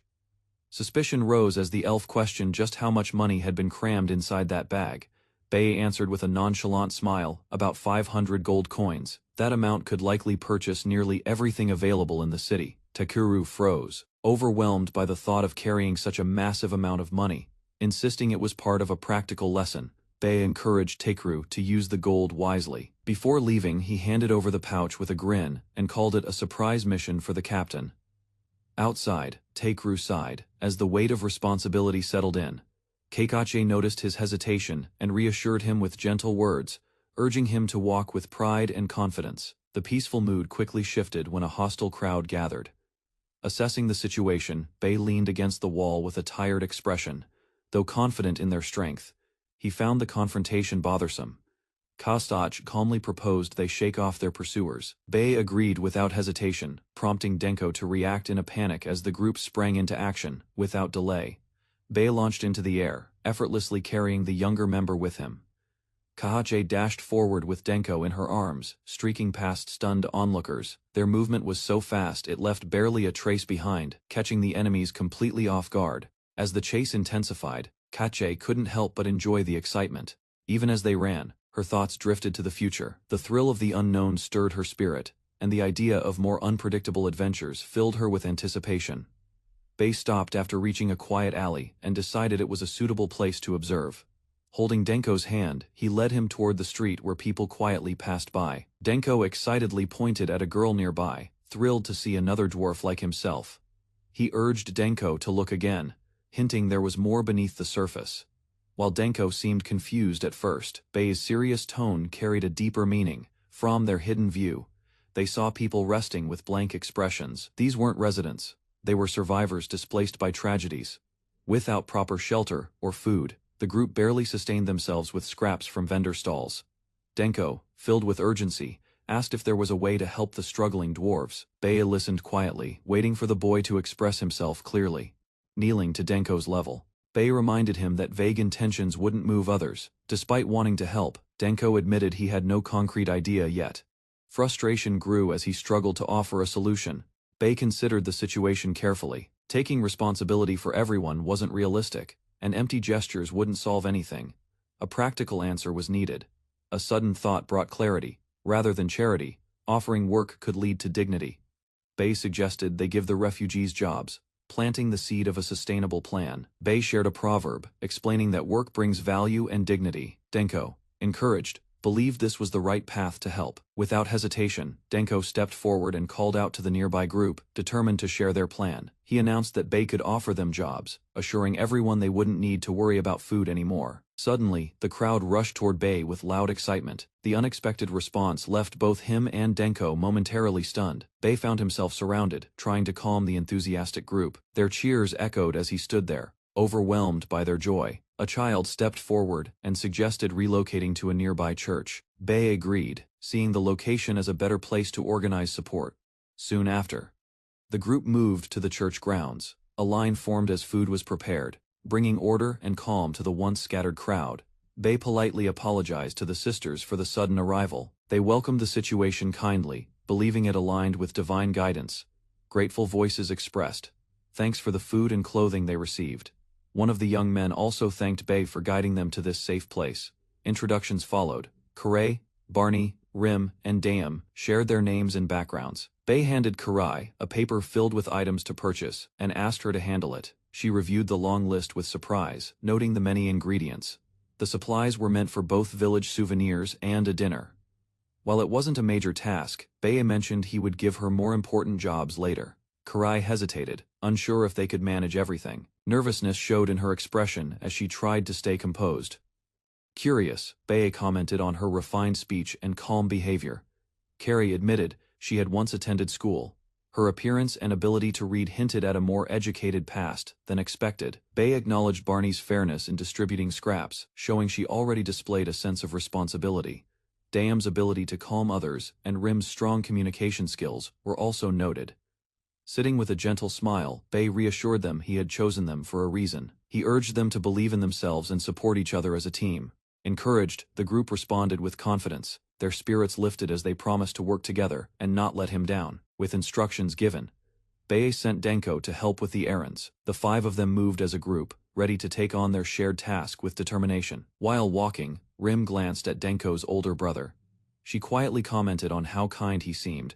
With a bright expression, Denko proudly called Bei the coolest and kindest person in the world.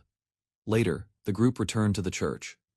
A sister regretfully explained that they couldn't stay overnight due to space limitations. Bei responded calmly, offering to find other arrangements. Before parting, he mentioned they would return in the morning to discuss plans for rebuilding the church. The sister nodded in agreement. Under the night sky, Bei led them to a nearby building. He opened the door and told them this would be their home for the night. A fairy cried out as she spotted someone approaching. Excitement spread quickly among the other pixies when they recognized the familiar figure. The pixies swarmed Takeru, surrounding him with cheer and curiosity. Keiichi quickly stepped in, scolding them for overwhelming her captain. Confused by the scene, Bei asked Kahachi for an explanation. Kahachi revealed they had purchased the pixies. Her serious tone made it clear this was not just an impulsive act. She admitted they found the pixies being sold at the black market, despite knowing the cost. Takeru used the money Bei gave him to rescue all 30 of them. When asked about the pixies, Takeru answered confidently. He planned to let them work aboard his ship. He admitted using Beigi's money and expressed hope that it was still acceptable. Despite the hesitation, his decision had been well considered. Bei didn't scold him. Instead, he acknowledged the choice as Takeru's own and chose to trust his judgment. The pixies burst into celebration, excited by the news. They cheered about working and traveling on a ship together. Meanwhile, Denko watched in awe. Seeing the pixies for the first time left him amazed. One of them approached Bae and thanked him, impressed by his kindness. Pixies explored their surroundings joyfully. One sat atop Bae's head, while he sighed, realizing peace might now be difficult. The children prepared to return to the church after fulfilling their morning promise. With cheerful expressions, they excused themselves, eager for breakfast with the sister and other kids. While the others walked away, Bae stayed to discuss reconstruction plans with the sister. Without delay, Bae volunteered to begin the search. The wooden door creaked behind him as he stepped outside. Moments later, a pixie fluttered by, confirming their awareness of the captain's absence. He found Takru seated quietly on a bench, tools in hand and a pixie beside him. The moment felt calm.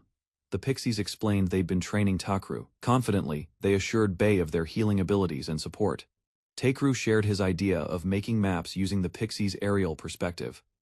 Bae found the approach surprisingly practical, praising his resourcefulness without hesitation. The pixies returned from their mission, excited to report their success. They had memorized the layout of the royal capital. With enthusiasm, the pixies hovered over the page, pointing out landmarks. Bae observed quietly, noting how Takru had grown into his role. Suddenly, a light-hearted argument broke out between the pixies over the identity of a nearby shop. Takru struggled to mediate, unsure who was right.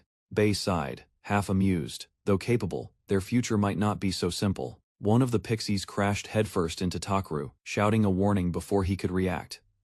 Still rubbing his head, Takru groaned while the pixies gathered silently. Bae approached calmly and asked what had caused such panic, noticing their nervous expressions. The frantic pixie revealed the truth. A crowd had surrounded the church, their voices angry and rising. Bae decided they should head to the church immediately. His concern centered on the children's safety. Shouts echoed through the streets. People demanded food and shouted in desperation. The situation at the church had become a full-blown crisis, and tensions continued to rise. Tensions escalated quickly in front of the church. The staff pleaded with the crowd to remain calm. Bae rushed forward, taking command of the situation. He ordered everyone inside immediately, shielding the children and pushing them to safety. Just as confusion peaked, a magical wall suddenly erupted, blocking the entrance. The crowd stumbled back, startled by the unexpected barrier. Once inside, the atmosphere eased slightly. Though shaken, the staff expressed gratitude to Bae for stepping in. Holding a sheet of paper, an elf calmly stepped forward. With a serious expression, he pointed to the page and claimed that everything likely started because of what it contained. The elf revealed a paper that had been circulated, promising free food at the church. Bae listened, surprised that someone had used his past kindness to bait a crowd. Suspicion pointed toward the mafia. They were likely behind the false notice, exploiting people's desperation for a cruel purpose. Bae considered the situation. Though it seemed petty at first, the scale of disruption proved otherwise. He began weighing his next steps carefully. The elf's tone shifted. He proposed eliminating those responsible, revealing a disturbing smile. Confident in his memory, the elf declared he could target each culprit. His arrows, he claimed, would not miss even if they hid among the crowd. Takru panicked as Kaji's fury escalated. Bae remained calm, acknowledging that the elf had reached his limit. A mysterious woman appeared, laughing from above.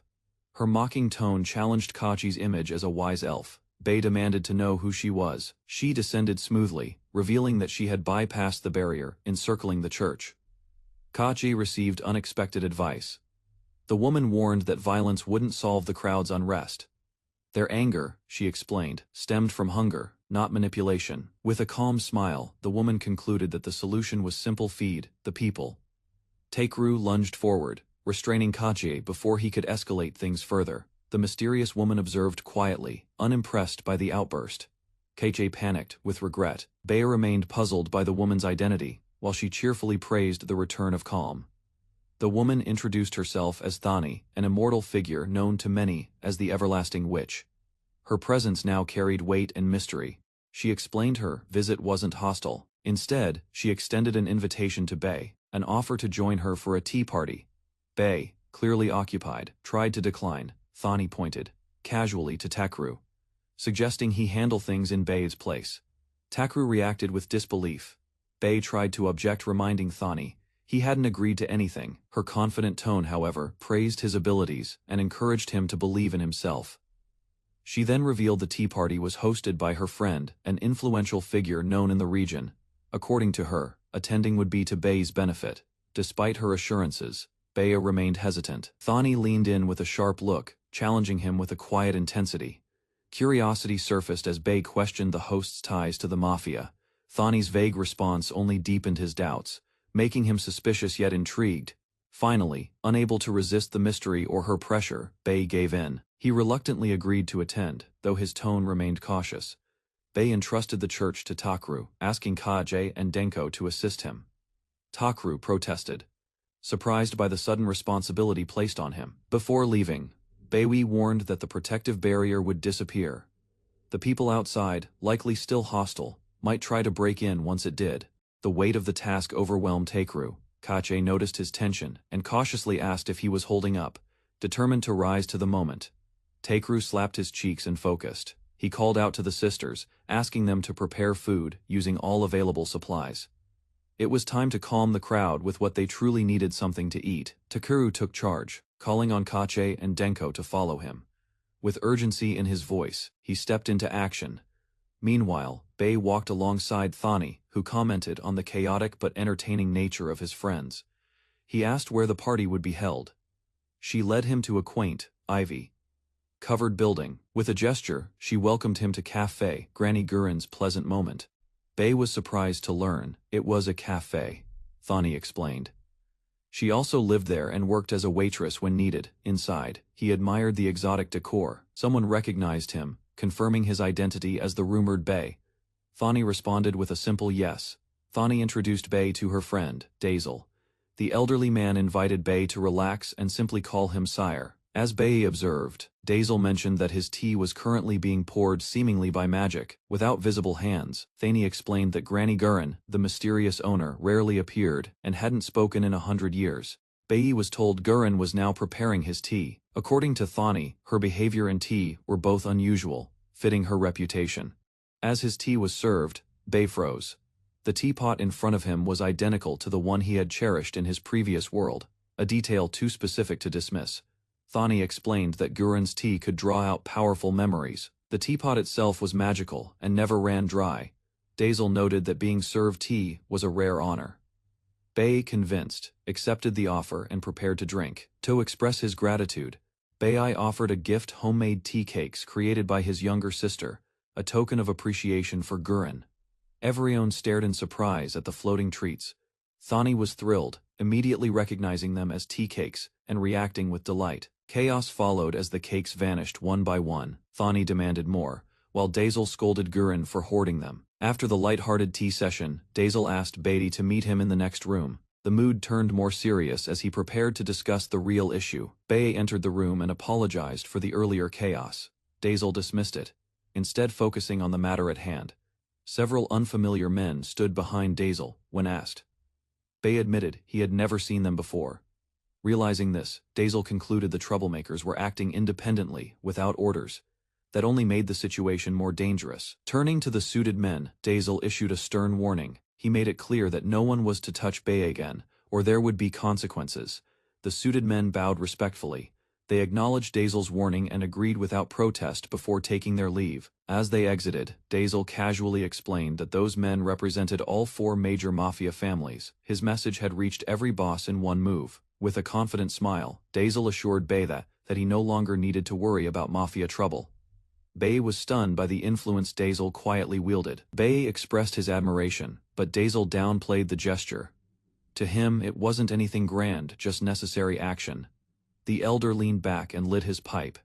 He told Bei that young people should focus on their own path, leaving heavier burdens to adults like him. Bei responded with gratitude, promising to keep Dazel's words in mind. A genuine smile showed his appreciation. Their conversation continued in good spirits. Dazel praised Bei's honesty, and Bei humbly accepted the compliment, finding it an unexpected honor. Upon returning to the church, Beatty was warmly welcomed. Takru looked worn out, drawing immediate concern from everyone. Fatigue had clearly caught up with Takru. Despite that, Kaj recounted how bravely he had acted, deeply impressing everyone who witnessed it. Later, townspeople, who had come earlier, offered to help with renovating the church. Their willingness brought a welcome sense of relief and support. Bei reflected on the tea party to him. It revealed a world built on quiet influence and responsibility. Bei gathered the group and calmly announced the beginning of the church's reconstruction.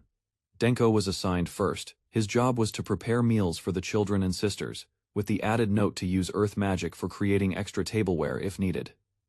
Next, the pixies received their duties. They would handle all communication during the project. Kaiji was named the troubleshooter.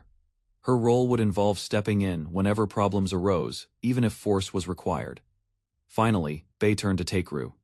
Unexpectedly, he was assigned the role of site foreman. Taken aback, he stared silently, while Bei handed over the floor plan with a confident grin. Takeru questioned the decision. Surprised by the sudden assignment, he wondered aloud if Bei was simply avoiding responsibility. Bei stayed calm, pushing Takeru's hand aside with a grin. Despite the resistance, he reaffirmed that every role was assigned with purpose. To justify himself, Bei revealed his plan to meet someone important, a person who would help the church long-term. Takeru sighed, still doubtful. He asked why Bei couldn't handle it himself, recalling advice from an experienced adult. Keiichi leaned forward and asked if he had someone specific in mind. Without hesitation, Bei said he intended to recruit Blarney, an adventurer merchant. Denko recalled the man Bei met at the port, an adventurer merchant named Blarney. He wondered aloud how Blarney was doing now, and if he'd accept the offer. Keiichi shared her doubts. She considered the possibility that Blarney may have already retired due to injury. Bei admitted he wouldn't know Blarney's answer until he asked. The real issue, though, was more basic. He didn't even know where Blarney lived. Unexpectedly, one of the girls in the group raised her hand. She claimed to know Blarney's address. Takeru flinched in surprise as she revealed the location. With a sly smile, she teased his reaction, enjoying the moment. The mysterious woman brushed off questions with a sly smile, claiming it was just a casual visit. She shared new information. Blarney's daughter, Navari, had recently been seen near the market at the port. When asked for her source, she responded with a smug expression. Gossip, she claimed, held more power than most people gave it credit for. Though skeptical, Keiichi admitted the point. She acknowledged that gossip wasn't always unreliable. Sometimes it led to real answers. With playful banter, the two women exchanged smirks. One teased the elf for being too rigid, while the other calmly asserted she'd merely stated a fact. The group settled on a plan. Bei suggested they follow the lead for now and see where it went, while tensions eased slightly between the members. As they left together, Bei reminded the others not to tease too much. Meanwhile, the market's fresh fruits became a tempting side distraction during their search. Arriving at the busy market near the port, Bei scanned the area. He had no clear idea where to begin the search for Navari. While browsing a fruit stand, his hand accidentally brushed someone else's. Turning around, Bei came face to face with a girl. She looked up and apologized softly, unaware of the timing. Bei recognized the girl immediately and called out to her. Amazed by the coincidence, he couldn't believe how quickly he'd found Navari without wasting time. He explained his purpose. He needed her help to reach her father. She listened attentively, curious about the sudden request. Hearing about her father's condition after surgery, Bei insisted on checking in personally. Navari hesitated, revealing her father's slow recovery. She admitted that Blarney had changed after the incident. His energy and strength hadn't fully returned. Bei nodded, understanding the weight of her words. Later, Bei sat by the bedside. Observing Blarney's health, he handed over medicine to ease lingering pain. Blarney expressed his gratitude to Bei, who had taken the time to check on his health. The room was calm, though the air held a hint of change, admitting he no longer needed his shop. Blarney confirmed he was retiring. The once busy space now stood as a reminder of his past work. He reflected on his misfortune injuries, a lost ship, and fading trust had ended his merchant days. Bei offered him a job without delay. The timing felt perfect, catching Blarney by surprise, but also lighting a spark of curiosity. Despite knowing nothing about the details, Blarney agreed without hesitation. His cheerful acceptance left Navari stunned, while Bei smiled at the unexpected ease. Navari hesitated but couldn't argue. Blarney reminded her they owed Bei too much to decline. Bei admitted there was more to it. He hinted at a larger plan related to the church, one he hadn't yet explained fully. Growing impatient, Navari urged him to speak clearly. Bei finally revealed the true scope. He wanted Blarney to manage an entire island. The island, located near the royal capital, was uninhabited. Bei explained that it was close enough for regular visits, making it a viable assignment. He then tied it back to the church. The current reconstruction was being done by orphans and people from slums once finished. they'd lose their jobs. Bay explained the plan developed the island into something self-sufficient. The choice of what to build was theirs. Blarney quickly understood the opportunity presented. Navari struggled to keep up with the scale of the plan. Bay reassured them that he'd handle the funding and logistics. To give it identity, Bay named the island Abrict, meaning harmony in the southern continent's language. Blarney considered the name seriously. Eagerly, Navari suggested transforming the place into a trade town. The first step would be to build a functioning port to support their plans. Blarney became animated. Though the future wasn't guaranteed, he saw potential. He asked Bay to connect them with possible trading partners, showing renewed enthusiasm. Bay paused to think about potential trade partners. Jokingly, he teased Blarney's energy, despite his age. In an unexpected suggestion, Bay mentioned his mermaid friends. The idea of trading with mermaids sparked instant curiosity and excitement. Later, under the night sky, Takru continued managing the reconstruction efforts. He checked on the progress while others busily worked around the church. Bay rejoined the group. Takru reported that everyone was making solid progress and the work would wrap up in a few days. Concerned for Blarney's condition, Takru asked if he was okay. With a smile, Blarney assured him he was fine and ready to inspect the church himself. Takru asked if the meeting ended smoothly. Bay smirked, saying Blarney was so fired up he'd swim to the island, if allowed. A young girl entered, announcing dinner was ready. She paused upon noticing the unfamiliar guests. Bay introduced Blarney to the children, starting with Kere. He explained that Blarney would be looking after them going forward. Though nervous, Kere politely greeted him. Blarney reassured her with a gentle smile, telling her they were more than just co-workers. With a kind gesture, he placed his hand on her head and declared they were now family. Kere looked up, eyes wide, touched by his words. As Blarney gently patted Kere's head, another child stepped forward, quietly watching the exchange with curious eyes. Holding a warm bowl, the young girl bravely asked if he would join them for dinner. Blarney, momentarily surprised, gave a small nod. He accepted the invitation with a smile as the group gathered inside. Bay and Takru watched with satisfaction. Navari, slightly hesitant, followed them in. Outside, Navari paused. She looked at Bay and acknowledged how kind-hearted he truly was. Bay simply smiled in return. With a soft voice, Navari admitted it had been a long time since she saw her father so genuinely alive. That simple smile meant everything. Navari smiled warmly, her eyes glistening as she expressed heartfelt thanks. The atmosphere softened around her. Children rushed toward her with joy, calling her name and hugging tightly. Bay quietly accepted her gratitude with a calm smile. Laughter spread as the kids invited her to dinner. Navari, surprised but touched, noticed her own face had relaxed, more than expected. Takru turned to Bay, suggesting they join the others. Bay agreed without hesitation, following the sound of cheerful voices into the dining hall. Children played joyfully in the newly reconstructed yard, their voices echoing under the calm afternoon sky. Bay arrived casually, waving at the group. The children greeted him with cheerful energy, happy to see him again. One of the children asked if Mr. Pops and Navari would be joining them. Bay gently explained they had gone to Abrict Island today, leaving the kids visibly let down. He scratched his head, apologizing and promising to bring them next time. The children tried to hide their disappointment, but their silence said enough. Before the mood sank further, Navari appeared at the gate. Shocked and overjoyed, the kids ran to her. Navari approached Bay with a serious expression and requested a favor, something she had deeply considered. She asked him to build a fully functional magic ship. Bay, caught off guard, froze in surprise, curious about her request. Bay wanted to understand more. She explained her desire to carry on her uncle's legacy. Navari revealed that Denko had suggested Bay was the best candidate for the task. Since the original ship had been destroyed in a fire, she had been seeking a skilled craftsman.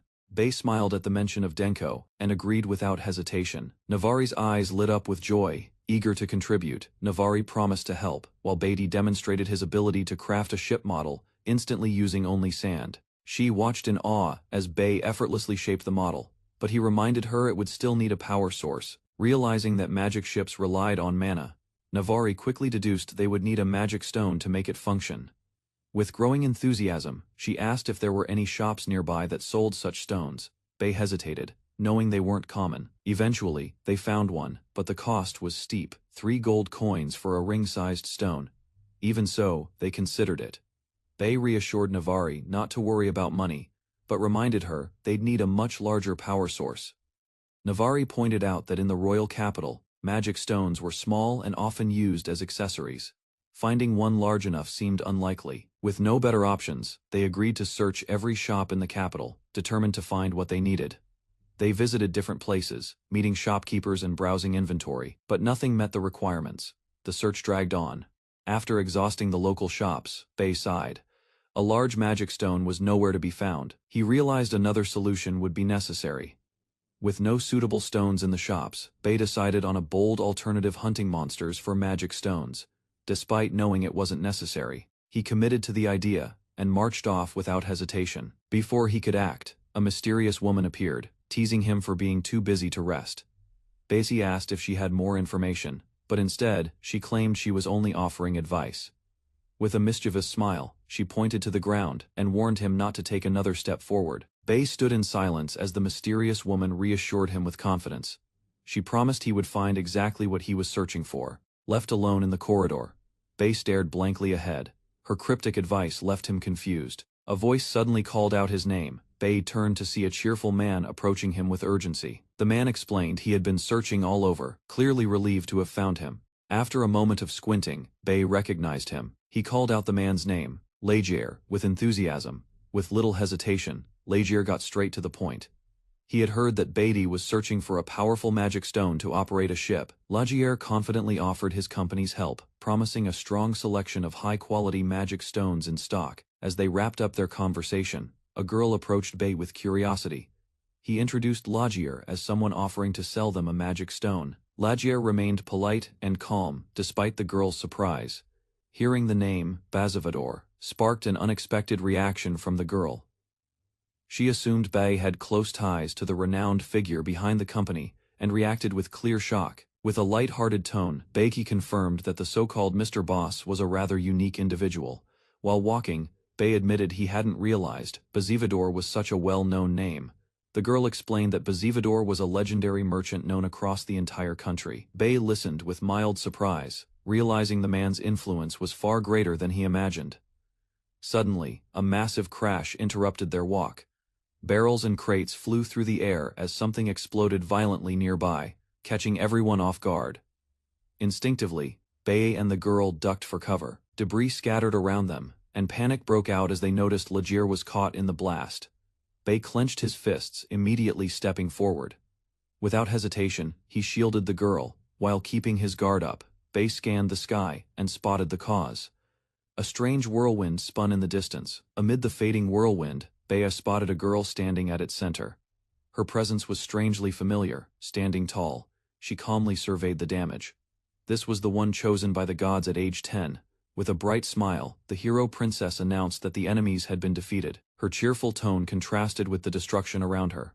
But the message was clear: everyone was safe now. The crowd erupted with gratitude.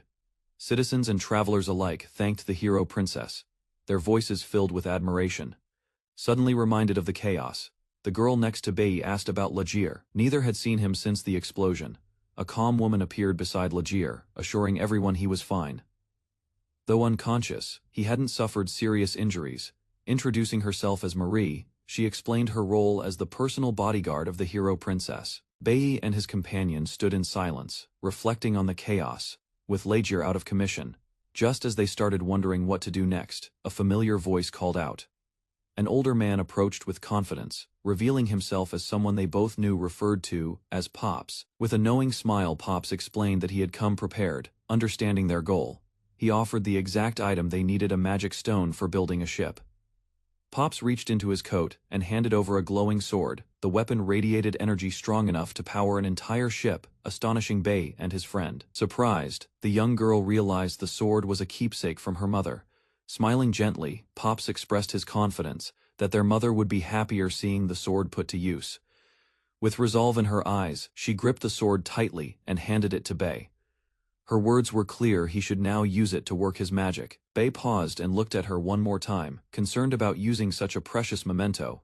With determination, the girl made a single request in return: that Bei build the best ship possible, using the magic sword. Bei responded without hesitation. Smiling wide, he accepted the challenge. The sword floated above his hand, charged with magical energy, ready for transformation.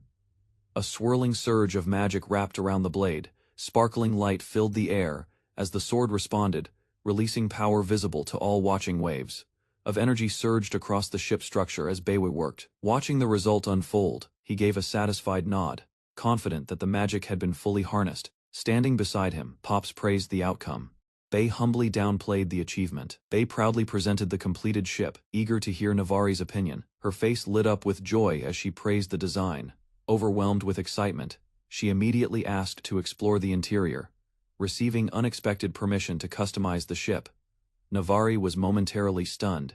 Bae assured her the vessel now belonged to her. Encouraged, she nodded while Pops watched supportively in the background. Before she could respond further, Pops offered a confident thumbs up. He reminded Navari that she wasn't alone. Her father would always be cheering her on. Bae woke from a peaceful sleep, the sunlight filtering through the windows of the cabin as he made his way through the house. He was met with a warm greeting, nodding in return. Bae rubbed his shoulder, loosening up before heading out for the day. Outside, an elf lounging nearby noticed Bae's early start. Bae mentioned he'd be visiting Bazivador and would return by night. While walking off, Bae heard cheerful voices calling after him. A few fairies and a girl waved energetically, wishing him a safe trip with bright smiles. Without hesitation, Bae leapt from the rooftop, light on his feet. While Bae departed, Keiji turned toward the kitchen, ready to start the morning routine. Meanwhile, Bae reached the edge of the village, slowing his pace. Surrounded by tall buildings, he suddenly realized something important he had overlooked. Before setting out staring into the open sky, he began to doubt his destination. There was no guarantee Bazivador would be at home, or even on land. Thoughts swirled in his head as he considered turning back. Bringing one of the pixies might have helped him track Bazivador down. Just as he hesitated, a girl jumped in front of him with sudden enthusiasm. The energetic girl introduced herself with pride, calling herself the Hero Princess. Eyes sparkling with enthusiasm, she boldly declared her mission to help anyone in need. Bae listened to her introduction, and despite his doubts, decided to accept her offer. Curious, Bae asked if she knew someone named Barvin Bazivador. He admitted he didn't know where to find him but hoped she might have some clue. She paused, thinking deeply. After a moment of focus, a spark lit her face. She remembered something. With certainty, she revealed she knew the location of Bazivador's shop. Bae nodded in relief and trusted her guidance. After receiving a gentle head pat from Bae, the Hero Princess beamed with joy. Her innocent excitement made it easy to forget she was still just a child. Despite her bold claims, a quiet figure appeared nearby, holding up a sign. Bae recognized her as Marie, the young princess's watchful bodyguard. Her silent presence was both calm and stern. Marie politely raised a warning, reminding Bae not to touch the princess so casually in the future. Though young, she was still of royal blood and deserved proper respect. Another card followed. This one more direct. She calmly mentioned that failing to observe protocol could lead to harsh consequences, even beheading. Bae reacted with understandable alarm. Just as tension rose, Marie softened.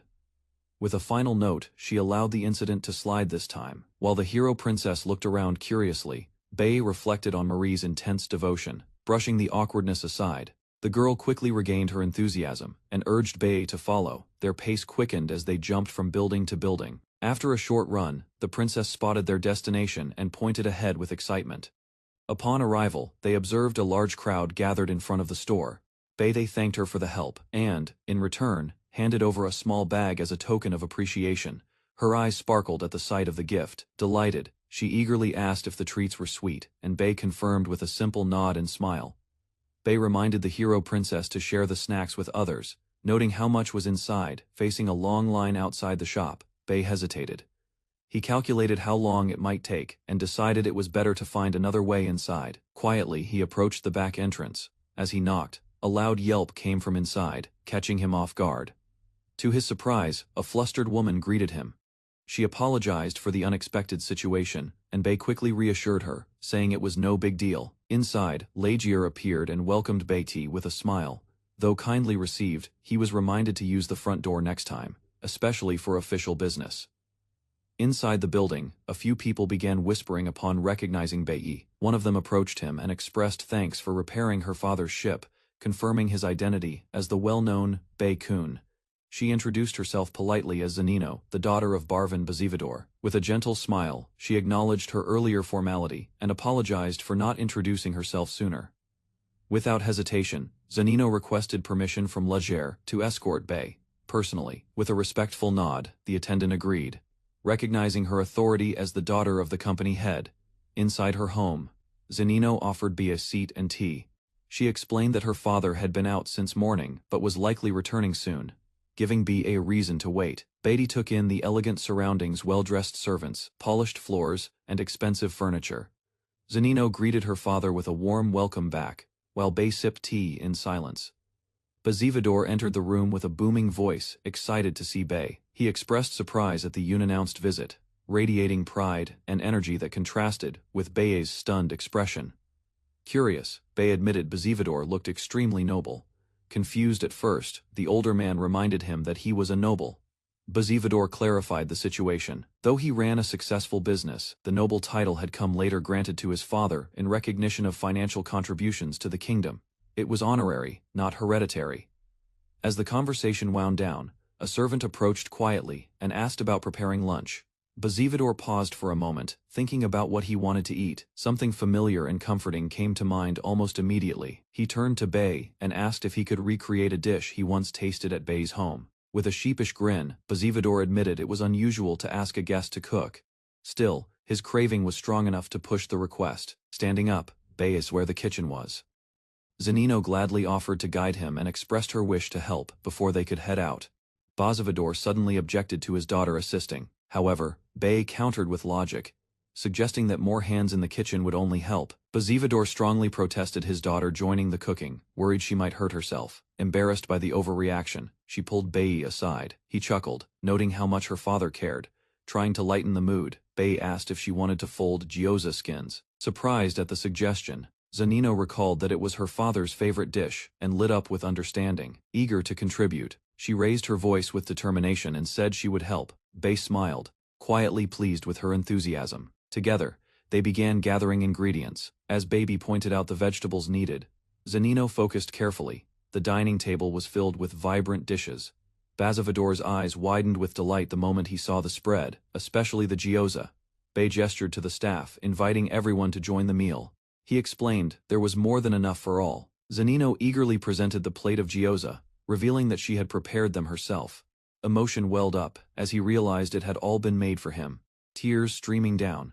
He held the plate reverently, prompting Zanino to urge him to eat it while it was still warm. Bea added that he had taught Zanino the recipe, so there would be no shortage in the future.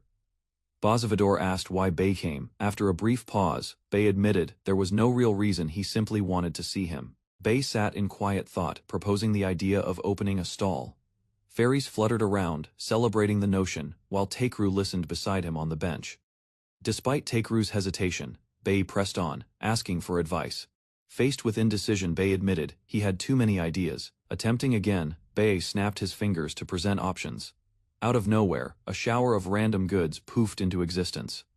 The elf warrior Kaage stepped in, observing the chaotic display. She suggested something eye-catching but not too strange.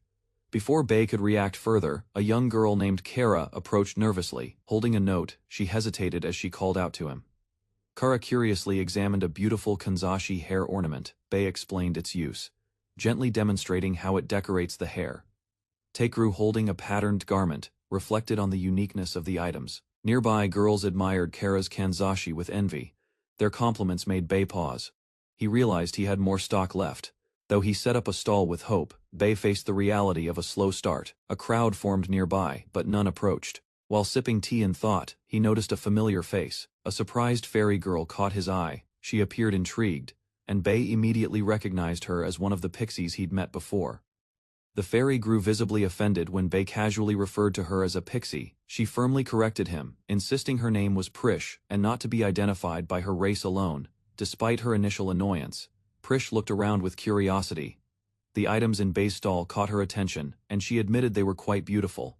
Though she liked the accessories, Prish noted they were too big for her tiny frame. To solve the size issue, Bea unveiled a collection of doll-sized clothing crafted by his sisters. Overjoyed, Prish thanked Bea enthusiastically.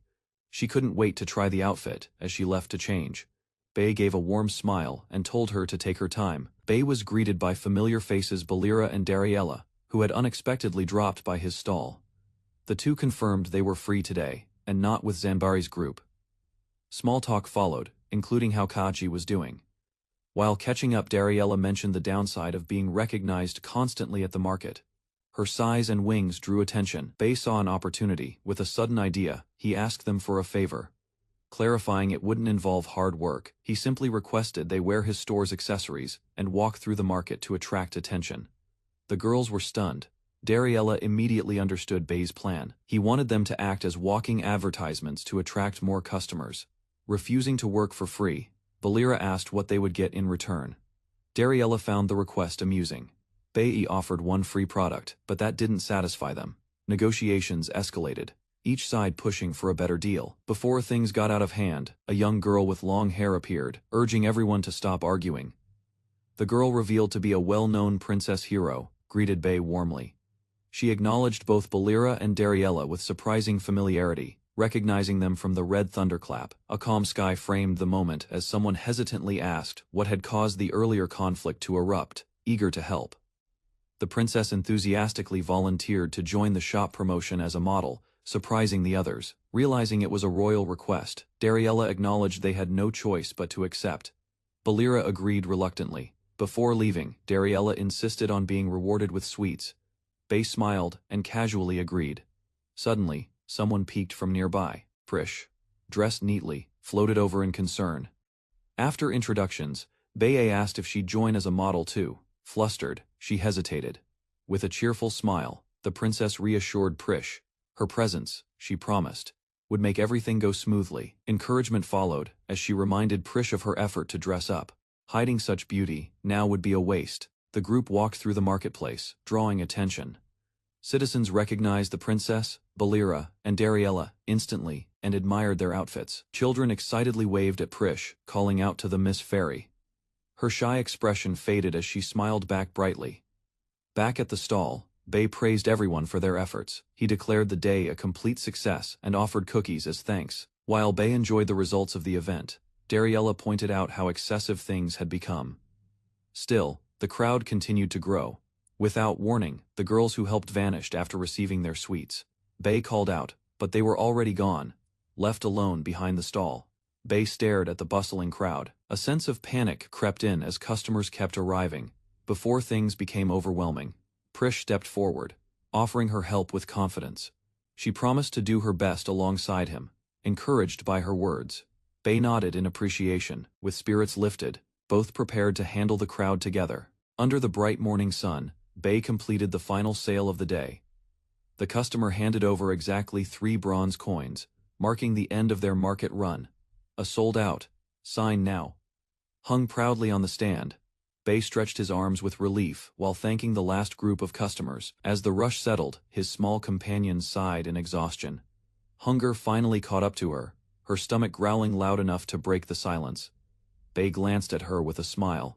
He suggested they get something to eat once the stall was cleaned. With excitement, she pointed toward the food stalls nearby. Her energy returned instantly. Skewers in hand, Bei strolled through the lively market. Around him, stalls bustled with customers. Each new dish caught her eye. Without slowing down, she pointed at another plate, amazed. Bei watched her in disbelief, wondering where she managed to fit it all. Crowds shifted around them as she insisted dessert belonged in a different category altogether. Turning down a narrow alley, he paused and rubbed his temple. The unease grew stronger. Something felt off, as if hidden eyes were tracking their every step. Bei finally spoke, confirming his suspicion they were being followed. His companion reacted with shock, her joy turning to alarm. While walking along the wall, Bei dismissed the idea that the mafia might be after them again. A cloaked figure shouted in panic as they rushed forward. Bei turned in surprise, immediately recognizing a threat in the stranger's rapid movements. Without hesitation, Bei stepped back and urged his companions to run. They needed to disappear into the crowd before being cornered. The chase had begun. He glanced up just in time to see the attacker leap from the wall. Their agility was impressive. Bei steadied himself, ready for confrontation. As the figure landed and removed her hood, her identity was revealed: a woman calm and composed. A second woman appeared, rushing after the mysterious attacker. She called out in frustration, scolding her for acting recklessly, pointing at the new arrival. Bei asked if she was the leader, flustered. The woman backed away quickly, insisting she had no intention of starting a fight. Introductions followed shortly after. The man, Chanteron, explained he was a merchant from the eastern continent. Saline, the woman in question, admitted her motives. She wanted to test Barry's strength firsthand, intrigued by what she had heard. The tension eased. Saline was scolded light-heartedly by her master, and even the fairy noted they seemed like kind people. Bay tried to respond to Chanter's earlier comment, but hesitation filled his voice. Saline quickly stepped in, delivering a slap to push her master to the point. Chanter finally confessed his intentions. He wanted to be friends. Smiling nonchalantly, Chanter repeated his offer. Saline, ever the realist, urged him to also discuss business matters. With a shift in tone, Chanter offered to continue the conversation aboard his ship. He hinted at more important topics yet to be discussed, prompting interest from Bay and Prish. Before moving forward, Bay introduced himself and his companion. Prish cheerfully greeted the pair, calling out their names with excitement. Bay gazed at the docked vessel in awe. Its elaborate design and gleaming ornaments made him wonder if all Eastern ships were built to impress. Chanter explained that he'd painted the ship like an amulet for good luck. Bay suspected it took more than luck to own such a ship at that age. Saline stepped in and clarified the truth.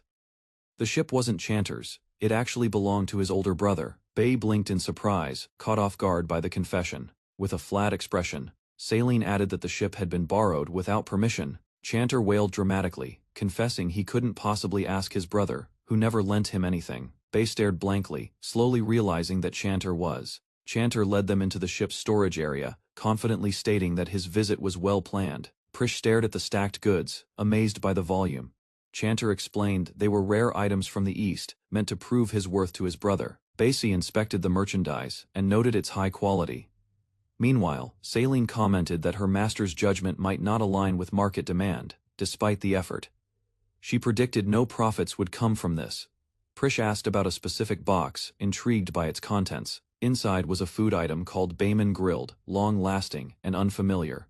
Bay reflected on how many unusual things the Eastern region had to offer. Bay stared at a familiar package, trying to recall where he'd seen it before. Recognition struck. It was cut mochi, a food from his original world. Curious about inventory, he asked how much of the Bayman was in stock. Chanter answered confidently.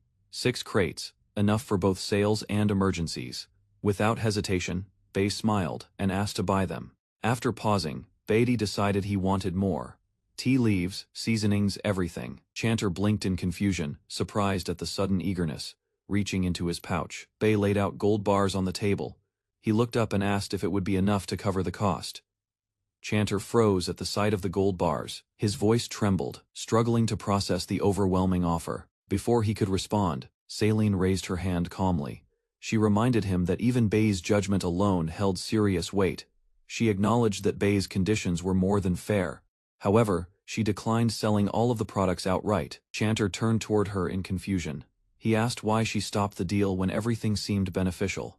With a composed expression, Saline explained her reasoning. While profit was important, she believed in balancing business with respect for personal relationships. Saline explained that selling everything to one buyer would limit distribution and hinder connections with other merchants. Chanter lowered his head, understanding her point. Bay reassured them both, noting that merchants naturally care about their network and business future. To ease concerns, Bay promised to promote Chanter's name in the capital, relying on his many acquaintances there. Filled with gratitude, Chanter expressed his thanks. Bay, in turn, encouraged him to improve and asked that he be more mindful of Saline's efforts. Trying to sound sincere, Chanter pledged to do his best. Saline, unconvinced, watched him closely and muttered a quiet remark about his unreliability. Under the moonlit sky, Bay explained how their dinner ended up being mochi, or rather, Bayman. With a nostalgic smile, Bay mentioned he had soy sauce and sugar. The flavor reminded him of New Year traditions from his previous life. As everyone enjoyed the food, Prish suddenly made a request. Her fairy friends wanted clothing, and she eagerly begged Bay to help, while food was being served. Bay gave a quick warning. Kachi, in particular, was told to eat carefully and not rush. He explained that sticky food like mochi could be dangerous for the elderly. Kachi, who happened to be a 1000-year-old elf, froze in quiet disbelief. Steam rose from the chewy Bayman resting on the plate. Someone hesitated, realizing its dangerous texture. Despite encouragement, doubt lingered. Its stickiness made even simple chewing feel like a cautious task. Tears streamed down the girl's face as she sat alone, overwhelmed by cruel teasing. Harsh words echoed nearby, turning whispers into arguments.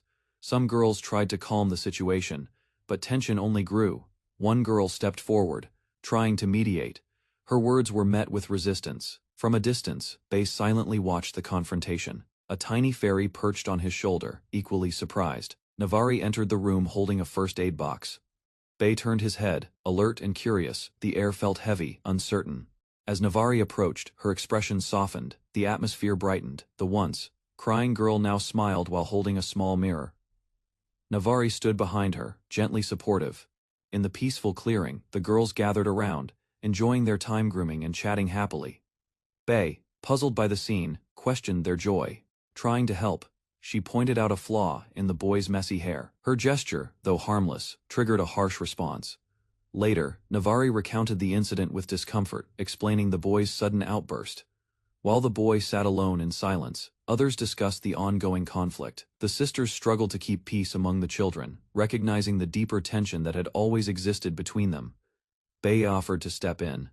He believed talking to boy might help resolve things. As he approached the troubled child, determination filled his eyes. He gave instructions calmly, asking Prish to accompany Navari in case healing magic was needed. Sitting beside the boy, Bei listened quietly. The child explained he hadn't intended to upset anyone. When pressed for a reason, his gaze dropped, unable to find a proper explanation. Emotions surfaced as the boy revealed his frustrations. Girls always surrounded him but focused only on each other.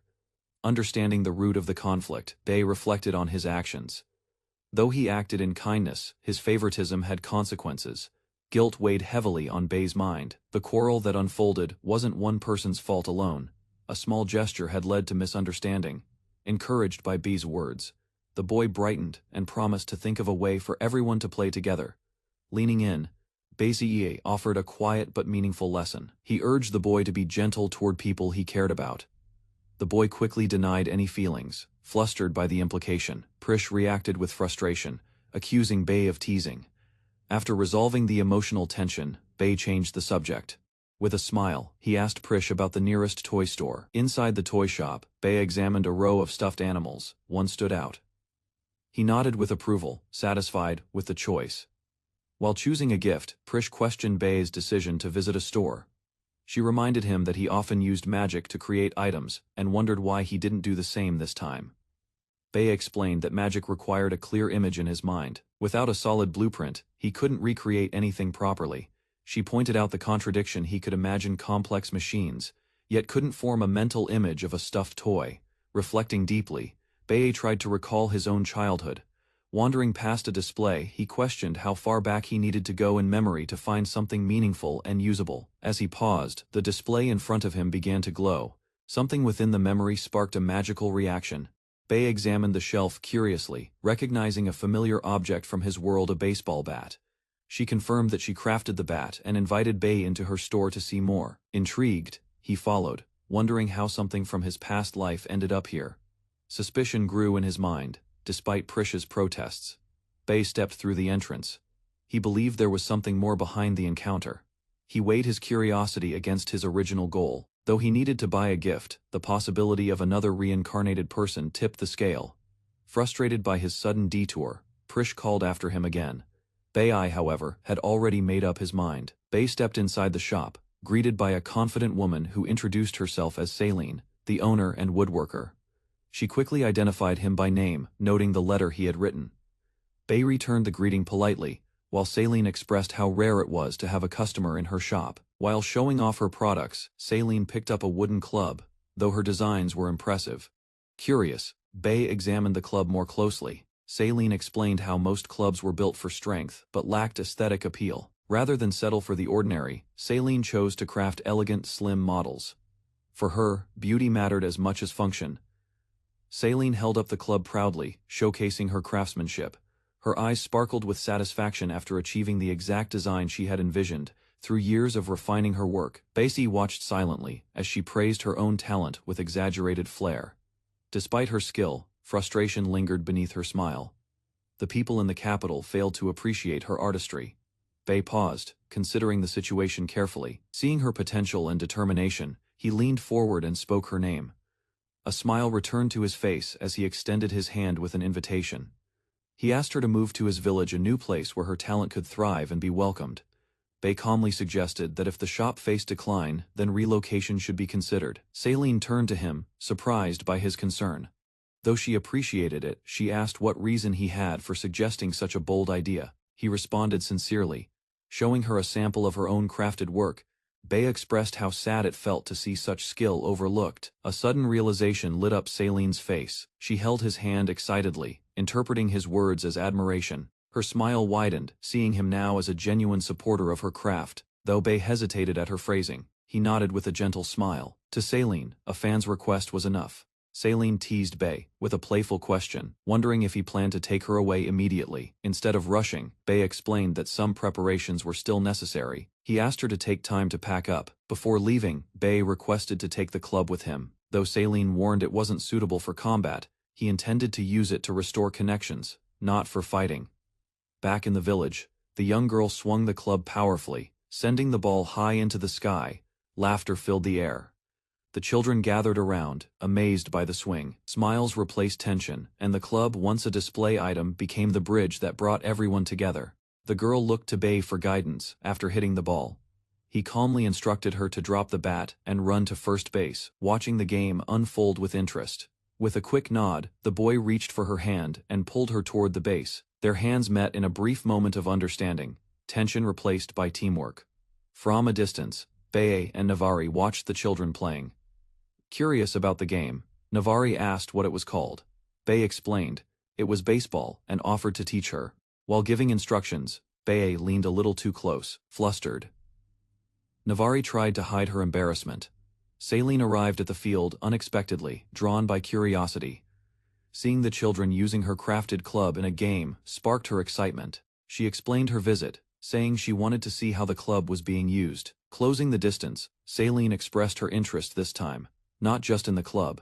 Bei responded with polite laughter, while Navari watched nearby, clearly uneasy about the scene unfolding before her. Before anything could escalate, the children called out. They hadn't forgotten Bei's promise to teach them more about baseball.